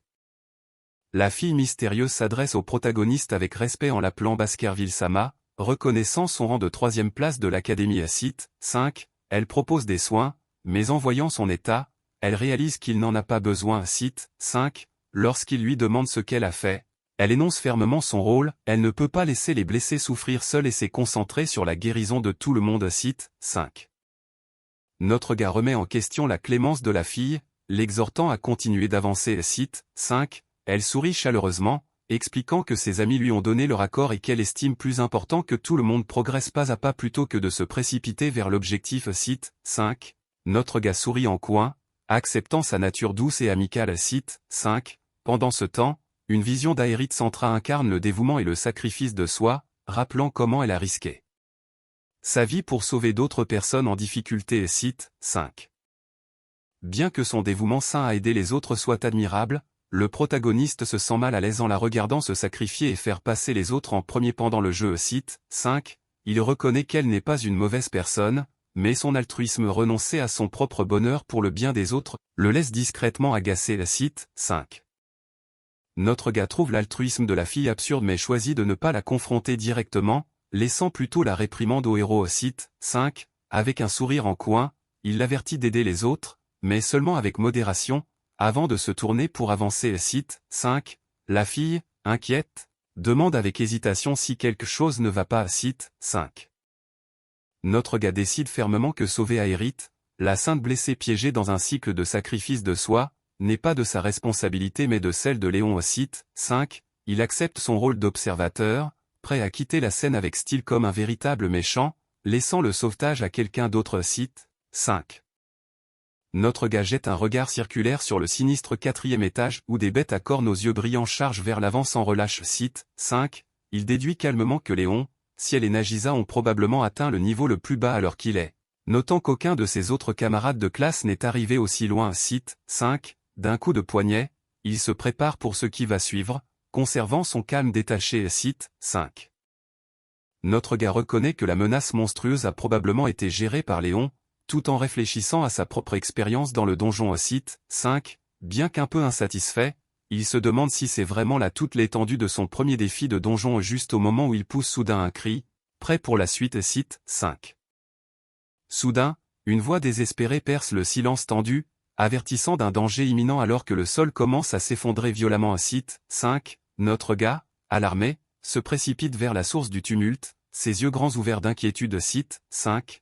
Il aperçoit un chevalier malmené se tenant de manière protectrice devant une fille blessée, et son cœur rate un battement. Cela pourrait-il être le signe qu'il attendait? Site 5. Juste au moment où l'espoir vacille, une terrifiante gargouille surgit sur la scène. Sa présence féroce choque tout le monde, d'autant plus qu'un tel monstre ne devrait apparaître qu'au niveau le plus bas du donjon. Site 5. Les enjeux grimpent soudainement d'un cran alors que cette menace inattendue s'élance vers l'avant avec une intention meurtrière. Site 5. Notre gars hurle de fureur, incapable de supporter de voir Alisha se faire blesser, tandis que la fille blessée pousse des cris de douleur. Site 5. La gargouille grogne son intention mortelle, criant « Les humains tuent » d'une voix glaçante et déformée. Site 5. Au milieu du chaos, le sang du héros au sein de Léon commence à s'éveiller, signalant un tournant alors que le trio se prépare à affronter ensemble la menace inattendue. Site 5. Une prise de conscience le frappe. La gargouille n'est pas apparue par hasard, elle a fui de quelque part, laissant derrière elle une traînée de camarades de classe au tapis. Site 5. Le héros se rappelle une brève mention dans le jeu concernant le carnage mortel de cette créature pendant sa fuite, accentuant le choc et l'urgence du groupe. Site 5. Submergé par la culpabilité, Léon pleure la perte de son camarade de classe, s'accusant d'avoir laissé l'ennemi s'échapper. Cite 5. Ce moment de retour sur soi marque un tournant, mettant en lumière l'art classique de progression où le protagoniste résout de s'entraîner plus dur et de devenir plus fort. Cite 5. Pendant ce temps, une voix froide déclare que Léon est celui qui est destiné à mourir, contestant l'idée que les personnages secondaires ne soient que jetables, eux aussi méritent leur propre vie. Cite 5.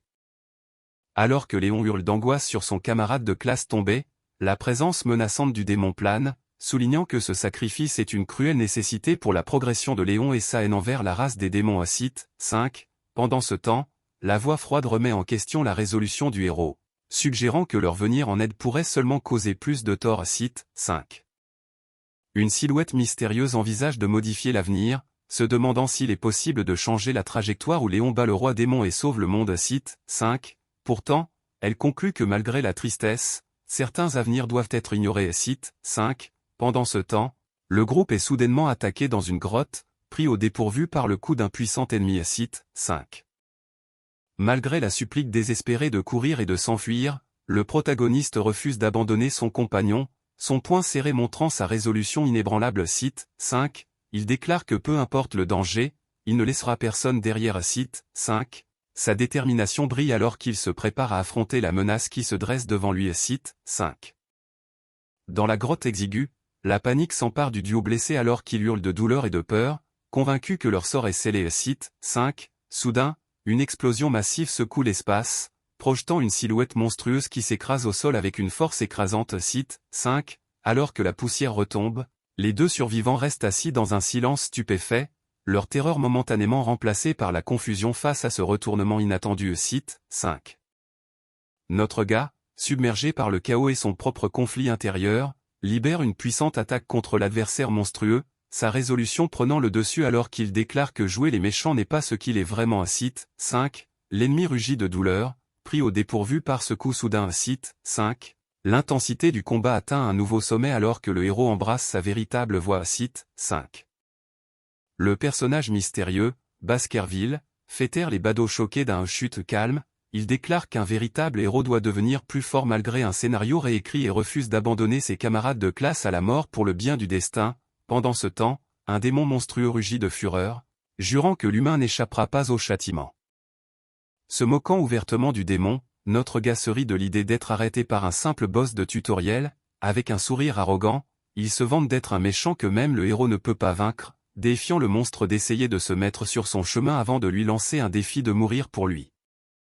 Le démon rugit de douleur alors que l'attaque féroce de notre pote l'envoie s'écraser au sol, nullement découragé, notre héros reconnaît la force du démon tout en accentuant l'assaut, forçant le monstre à hurler de frustration et à qualifier cet effort d'inutile. Le garçon se moque de la gargouille, la qualifiant de poupée de bois rigide, et révèle qu'elle a la force des monstres de milieu de jeu. Frustré par son épée rouillée et son équipement de départ, il canalise son pouvoir et déclenche une puissante attaque lame de l'ombre, frappant la gargouille d'un coup violent. Réalisant la défense physique élevée du démon mais sa faible résistance magique, notre gars décide que seules les attaques magiques fonctionneront. Pourtant, la frustration l'envahit alors qu'il se demande combien de frappes magiques il faudra pour terrasser la gargouille. Pendant ce temps, le démon s'élance vers l'avant, les griffes prêtes à frapper. La gargouille rugit de rage, se jetant en avant avec une intention mortelle alors que le sol se brise sous sa fureur. Notre pote reconnaît la puissance écrasante de cet adversaire, admettant que c'est le genre d'ennemi qu'il vaut mieux affronter en groupe. Pourtant, il se tient seul, déterminé à mener la bataille en solo. Déterminé à mettre fin au combat rapidement, notre gars résout de porter un coup critique qui exploitera la faiblesse de la gargouille. Alors que le démon charge avec une force puissante, notre héros passe à l'action, visant un coup de pied décisif sur son point vulnérable. La tension est à son comble alors que le choc de la force et de la stratégie se déploie. D'un bond puissant, le garçon enfonce son épée directement dans la gueule ouverte de la gargouille, frappant au cœur de sa faiblesse. La bête pousse un rugissement assourdissant, l'impact secouant le sol même sous leurs pieds. C'est le moment que notre héros attendait, sa frappe décisive contre l'adversaire imposant.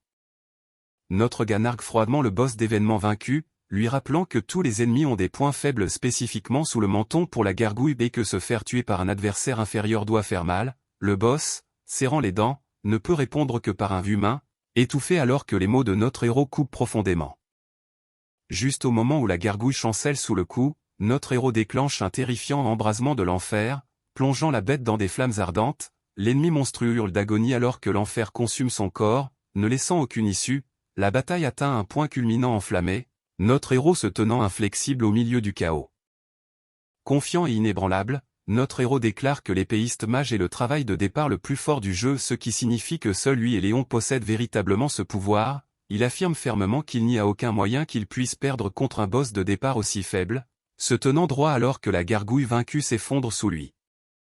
Notre héros réfléchit à sa victoire, admettant que c'est la première fois qu'il se bat vraiment depuis son arrivée dans ce monde, bien qu'incertain de l'impact de cette victoire contre le monstre d'événements sur l'histoire, il choisit de célébrer le fait d'avoir sauvé une vie qui était censée être perdue, le combat étant derrière lui, il tourne son attention vers la suite.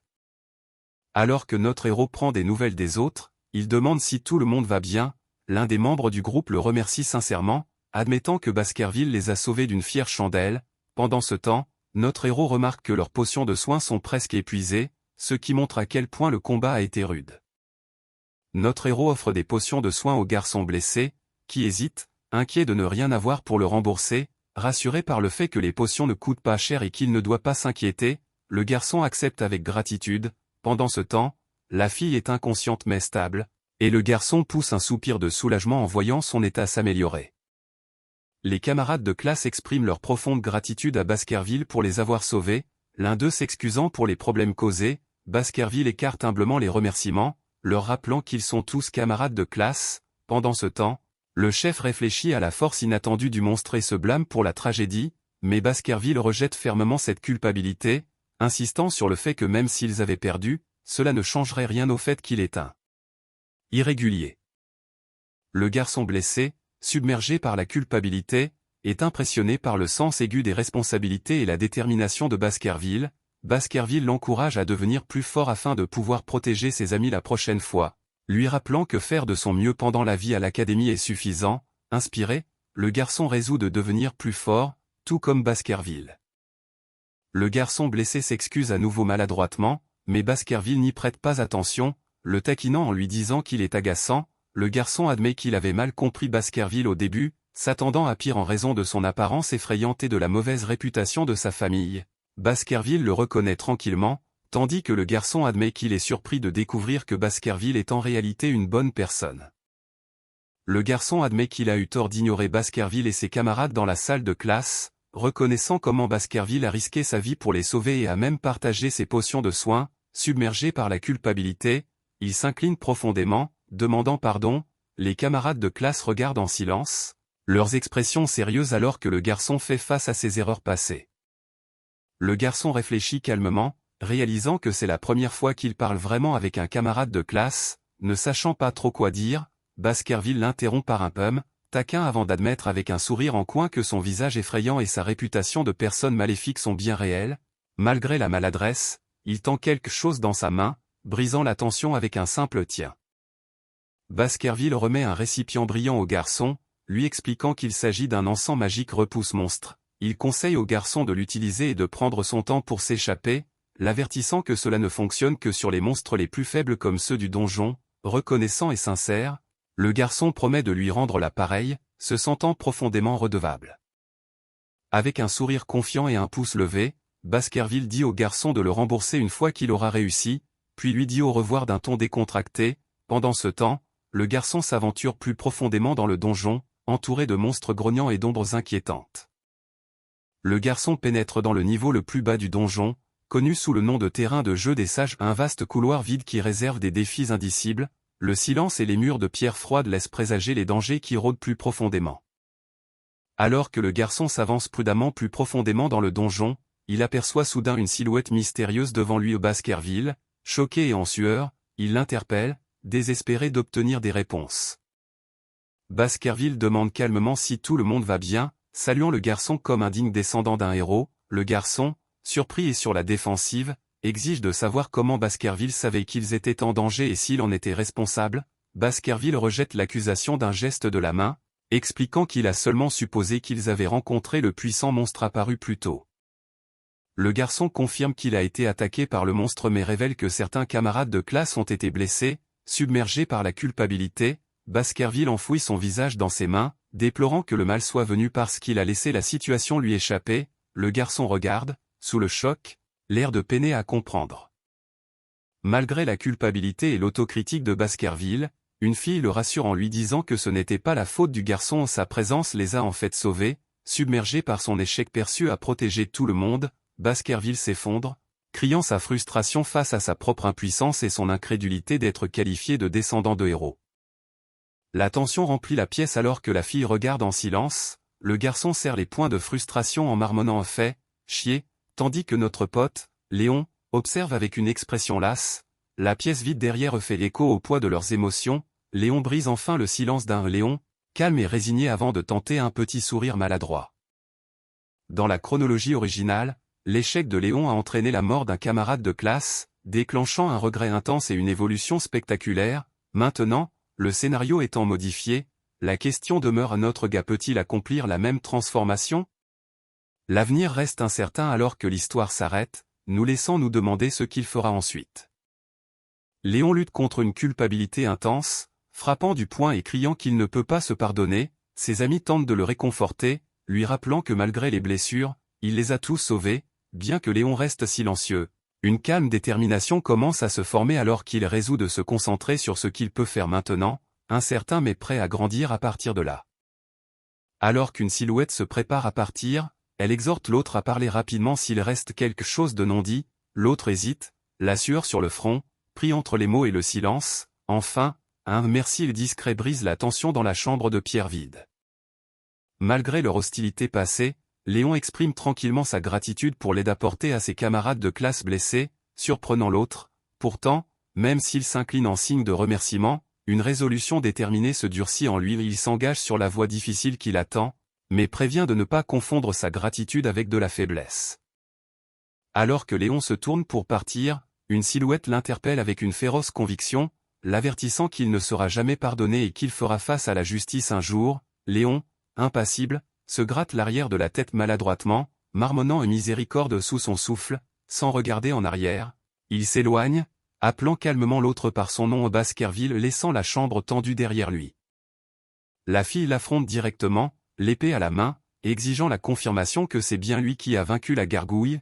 Il répond par un aveu décontracté, presque taquin, défiant ses suppositions avec un sourire en coin confiant. La tension entre eux persiste alors qu'elle assimile sa réponse inattendue en silence. Elle reconnaît que son aura se démarquait vraiment parmi toute la classe, confirmant que sa fine perception ne l'avait pas trompée. Un rare sourire apparaît alors qu'elle admet que ses yeux avaient vu juste depuis le début. La fille propose qu'ils s'entraînent ensemble à l'occasion, convaincue que c'est seulement en affrontant des adversaires puissants que l'on peut vraiment devenir plus fort. Notre gars, un peu mal à l'aise, réalise que ce groupe à problème l'a désormais dans son collimateur, se préparant aux défis à venir. Pendant ce temps, un trône vide brille mystérieusement dans une chambre de pierre silencieuse. Notre pote déclare fièrement que le donjon est nettoyé et la mission accomplie sans blessure, brandissant une médaille qui prouve son succès dans le terrain de jeu du sage. Alors qu'il célèbre, le trône vide dans la chambre brille mystérieusement, laissant présager une signification plus profonde derrière son exploit. Notre héros réfléchit à son oubli, réalisant que chasser simplement la gargouille ne suffisait pas, il devait ramasser la médaille pour que les tâches soient considérées comme nettoyées, une erreur classique parmi les joueurs de Dambure. Il se demande si Léon et les autres ont pensé à récupérer leur médaille, doutant que ce soit le cas, avant de s'avancer prudemment pour voir ce qui l'attend. Le garçon découvre la légendaire salle du nouveau riche, un trésor éblouissant qui regorge d'or, de joyaux et d'artefacts inestimables. Il note que cette pièce n'apparaît généralement qu'après avoir nettoyé le donjon plusieurs fois, ce qui rend cette découverte d'autant plus extraordinaire. Excité, il commence à rassembler avec empressement les vastes richesses éparpillées devant lui.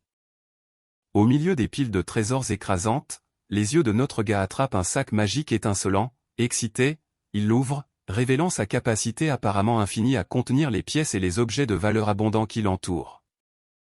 La salle du nouveau riche était censée stocker l'or et les objets des précédents nettoyages de donjons, tandis que le sac magique permettait un stockage infini des objets de valeur. Submergé par l'excitation, notre pote lève joyeusement le sac magique, s'imaginant soudainement milliardaire. Le sac brille mystérieusement alors qu'il commence à contenir le trésor sans fin devant lui. Désireux de réclamer sa fortune, notre héros plonge dans les piles de trésors infinis, déterminé à tout piller, mais soudain, une douleur aiguë lui traverse la poitrine, des veines sombres se propageant de manière de bon augure sur sa peau. signalant une réaction inattendue et dangereuse.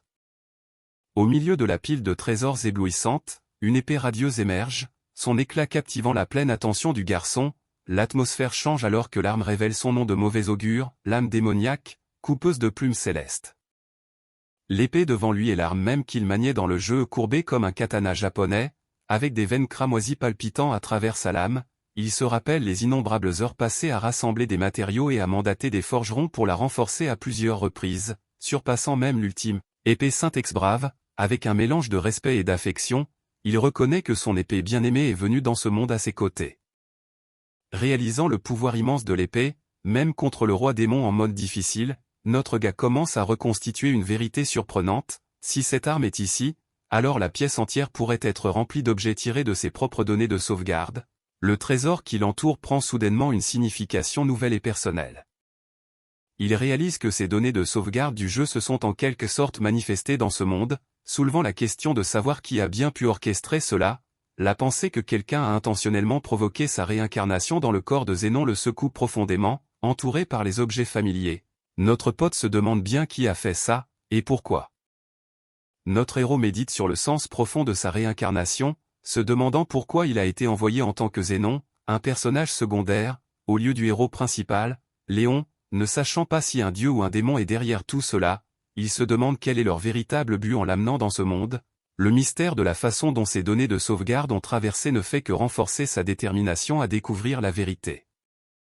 Alors qu'il sort de la porte de pierre pour aller au soleil, sa présence attire immédiatement l'attention de ceux qui se trouvent à proximité.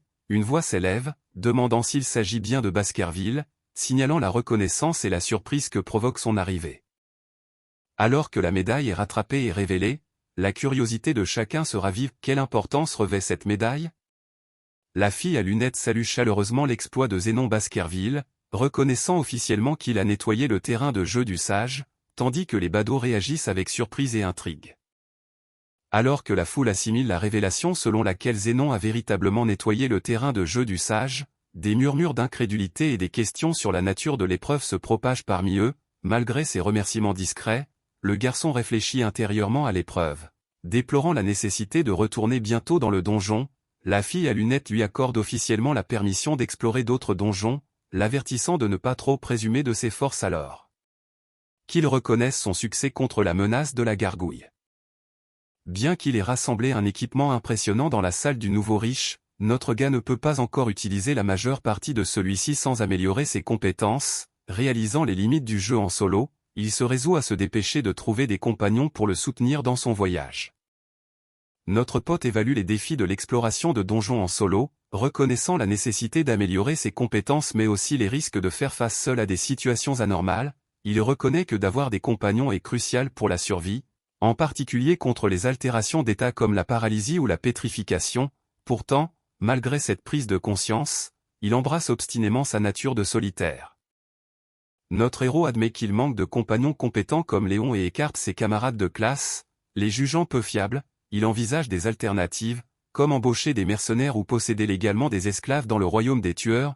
Bien que chaque option comporte de sérieux inconvénients, les mercenaires pourraient vous trahir, et les esclaves sont liés par une magie d'asservissement semi-permanente. Bien qu'hésitant en raison de ses principes, le garçon réalise que dans une situation de vie ou de mort, il doit mettre de côté ses réserves sur le fait de posséder des esclaves, acceptant que les secondes chances n'existent probablement pas dans ce monde. Il se résout à survivre par tous les moyens nécessaires, même si cela implique de compromettre ses idéaux. N'ayant pas la possibilité d'abandonner, il s'arme de courage pour aller de l'avant, reconnaissant la dure réalité qu'on ne peut pas toujours avoir le beurre et l'argent du beurre. Le jeune maître de la famille Baskerville est accueilli avec respect, pourtant il reste sombre en prenant place site 3, malgré son dédain pour les trafiquants d'esclaves avec lesquels il est forcé de s'allier. Il sait qu'il doit rassembler des subordonnés loyaux pour défier son puissant père, qui règne sur le monde souterrain. Site 3. La voix du commissaire-priseur résonne dans la grande salle, annonçant officiellement le début de la vente aux enchères d'esclaves. Site 3. La foule, un mélange de visages impatients et calculateurs, se penche avec anticipation alors que l'événement commence. Site 3. 3 captifs se tiennent enchaînés et vulnérables, chacun affichant une expression différente: peur, défi et résignation alors que la guerre des enchères éclate entre des acheteurs impatients. Site 3. les voix de la foule s'élèvent en un chœur chaotique d'enchères de plus en plus hautes, poussant les prix toujours plus haut. Site 3. Observant attentivement, le visage du jeune maître se crispe d'inquiétude, conscient que chaque décision ici pourrait façonner son chemin fragile vers l'avant. Site 3. Le commissaire-priseur annonce l'enchère gagnante pour le premier captif, tandis que la foule éclate en acclamation. Site 3. Vient ensuite un garçon frappant aux cheveux blonds et aux yeux bleus, dont l'enchère commence à 100 000, attirant l'attention impatiente du public. Site 3. Pendant ce temps, le jeune maître observe silencieusement depuis son trône, son expression illisible alors que la frénésie se déploie devant lui. Site 3. Notre gars vérifie ses poches, confiant d'avoir assez de pièces d'or pillées dans la salle du nouveau riche pour acheter 1 ou 2 esclaves. Site 3. Bien qu'un esclave ayant des compétences de combat soit idéal, il révèle un objet unique appelé l'œil de Dieu, normalement utilisé pour évaluer les capacités d'un monstre, qu'il a également acquis au même endroit. Site 3. Le portant à son œil, il se prépare à évaluer le prochain captif. Site 3. Utilisant l'œil de Dieu, il scannait les captifs, révélant leurs compétences et leurs aptitudes affichées devant lui. Site 3. Il réalise rapidement que l'un d'eux possède une compétence de charme élevée, ce qu'il juge inutile pour ses objectifs. Site 3. Confiant que cet outil l'aidera à identifier les esclaves ayant des capacités de combat, notre pote resserre sa concentration sur ce qui compte vraiment. Site 3. Bien que les compétences puissent s'apprendre avec le temps, le jeune maître sait que les capacités innées se développent bien plus vite. Site 3. Déçu, il constate qu'aucun des captifs ne possède les talents qu'il désire et décide d'adopter une approche différente. Site 3. Juste à ce moment World, le commissaire-priseur annonce l'arrivée du dernier esclave de la journée. Site 3. Le commissaire-priseur annonce l'arrivée du dernier esclave, une fille Oni originaire du continent septentrional des demi-humains, une race rare qui rivalise en rareté avec les descendants des dragons. Site 3. La foule réagit avec excitation alors que notre héros observe, surpris et intrigué par ce prétendant inattendu. Site 3. Le jeune maître est stupéfait de voir le dernier esclave, une rare fille Oni aux cheveux blancs connue sous le nom d'Ulza White Ogre, se tenir sur la scène des enchères. Site 3. Il reconnaît ses pupilles dorées distinctes et ses cornes cramoisies, très caractéristiques de la race Oni, et est choqué de la trouver ici, d'autant plus qu'Ulza n'est pas originaire de Dambur. Site 3. Conflit et déconcerté, il se demande comment une telle figure a pu se retrouver dans cet endroit. Site 3. Ulza a été introduite à l'origine dans Warlord of the Holy Sea, un jeu de simulation de guerre se déroulant sur une île de la mer du Sud, également créé par les développeurs de Dambur. Site 3. Elle était censée être un personnage allié dans ce jeu, où les joueurs rassemblent des alliés pour mener la guerre contre des nations ennemies. Site 3. Alors, pourquoi Ulza est-elle apparue ici, dans le monde de Dambur? Site 3. Le jeune maître est aux prises avec cette réalité déroutante alors que les frontières entre les mondes de jeu commencent à s'estomper, se demandant ce qui se passe réellement ici. Site 3. Il note la rareté de la race Oni, leur vieillissement lent et leurs capacités physiques exceptionnelles, ce qui ne fait qu'accentuer le mystère de la présence d'Ulza. Site 3. Méditant plus profondément, il se demande si les mondes de Dambur et de Holy Sea étaient autrefois connectés ou s'ils ont fusionné d'une manière ou d'une autre en un seul. Site 3. Le jeune maître envisage la possibilité que les mondes de Dambur et de Holy Sea soient connectés, bien que leurs univers diffèrent. Site 3. Il se dit que puisque les deux jeux partagent le même développeur, leurs histoires d'origine pourraient être entremêlées. Site 3. Pendant ce temps, une figure mystérieuse déclare « 5 millions » avec assurance, tandis qu'un gros plan détaillé révèle un appareil semblable à une montre et les statistiques d'Ulza White Ogre, affichant ses impressionnantes capacités. Site 3. Le garçon analyse les compétences de combat d'Ulza, notant ses 3 capacités innées liées au combat comme le talent parfait qu'il recherchait. Site 3. Il se débat avec la possibilité que son achat l'entraîne dans l'intrigue de Holy Sea, où elle commence comme esclave mais devient plus tard une compagne. Site 3. Le doute s'installe alors qu'il se demande s'il peut lui imposer sa propre situation, même si cela signifie qu'elle pourrait devenir l'amante d'un autre protagoniste. Site 3. Le garçon relève hardiment les enchères avec une offre audacieuse de 6 500 000, attirant l'attention de tout le monde dans la salle des ventes. Site 3. La fille enchaînée se tient silencieusement, son expression mêlant défi et vulnérabilité alors que la tension dans la pièce s'accentue. Site 3. Le commissaire-priseur s'exclame, invitant d'autres prétendants à se manifester. Site 3. Un nouvel enchérisseur monte hardiment les enchères à 10 millions, faisant taire la salle. Site 3. Les yeux de la fille enchaînée se remplissent de larmes, sa peur et son incertitude étant palpables. Site 3. Pendant ce temps, notre gars se serre la poitrine, luttant sous le poids de ce défi inattendu. Site 3. La salle éclate de stupeur alors qu'un nouvel enchérisseur monte le prix à 10 millions, laissant tout le monde stupéfait par l'audace d'un tel bond. Site 3. Des murmures parcourent la foule, remettant en question l'intérêt de payer autant pour une seule fille. Site 3. Alors que le personnage mystérieux descend les escaliers, le poids de son geste audacieux pèse lourdement dans l'air. Site 3. Le garçon réalise la gravité de sa décision, reconnaissant que 10 millions pourraient équiper un groupe entier avec le meilleur équipement pour affronter un boss final. Site 3. Alors qu'il envisage la possibilité de bouleverser l'avenir et de changer le cours de la guerre, notre pote s'arme de courage. Conscient que ses actions pourraient briser le fragile équilibre et défier l'emprise cruelle des nobles. Site 3. Notre héros réfléchit au lourd fardeau de changer l'avenir, déterminé à ne pas devenir un méchant comme Zénon. Site 3. Il embrasse son rôle de protagoniste, prêt à modifier l'histoire malgré les risques. Site 3. Pendant ce temps, le commissaire-priseur annonce avec empressement l'enchère stupéfiante de 10 millions, défiant quiconque de surenchérir sur le jeune homme audacieux. Site 3. La pièce tombe dans un silence de mort alors que l'offre de 10 millions est assimilée, laissant le commissaire-priseur tremblant et les spectateurs sous le choc. Site 3. Le garçon sourit avec assurance, son aura crépitant de puissance alors qu'il revendique le trône de cette vente aux enchères. Site 3. D'un geste de la main enjouée et d'un sourire diabolique, notre gars déclare que personne ne peut rivaliser avec sa mine patibulaire de méchant, embrassant pleinement son rôle de perturbateur. Dans cette bataille à enjeux élevés. Site 3. La tension monte d'un cran alors qu'un homme mystérieux propose calmement son aide, taquinant la fille à cornes effrayée. Site 3. Soudain, une nouvelle enchère de 10 500 000 secoue la vente, annoncée avec une excitation retentissante. Site 3. La foule a un hoquet de surprise, les enjeux s'élevant encore plus haut alors que la bataille pour la domination s'intensifie. Site 3. Avec un calme glacial, notre pote porte l'enchère à un montant stupéfiant de 12 millions, laissant le commissaire-priseur tremblant et haletant d'incrédulité. Site 3.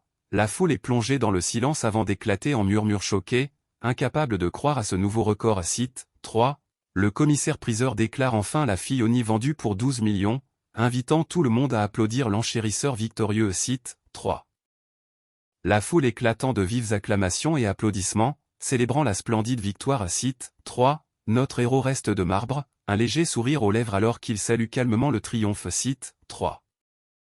Derrière les rideaux, le garçon ouvre méthodiquement une petite boîte, son expression restant indéchiffrable. Site 3. Pendant ce temps, la fille Oni se tient tranquillement dans une pièce faiblement éclairée, sa posture tendue mais digne alors qu'elle attend la suite des événements. Site 3. L'atmosphère est lourde d'anticipation, c'est le calme avant la tempête. Site 3. Ulsa se présente joyeusement, appelant le jeune homme maître et lui exprimant son dévouement avec un large sourire. Site 3. Le garçon est pris de court par cette soudaine chaleur et cette affection, qui tranche nettement avec le personnage froid et inexpressif dont il se souvient dans Odyssey. Site 3. Alors qu'Ulsa s'accroche à lui de manière enjouée, notre gars se demande s'il s'agit vraiment de sa véritable personnalité. Site 3. Notre pote est frappé par la vision d'un chiot joyeux, se demandant si cette forme innocente révèle la vraie nature d'Ulsa Whiteogre. Site 3.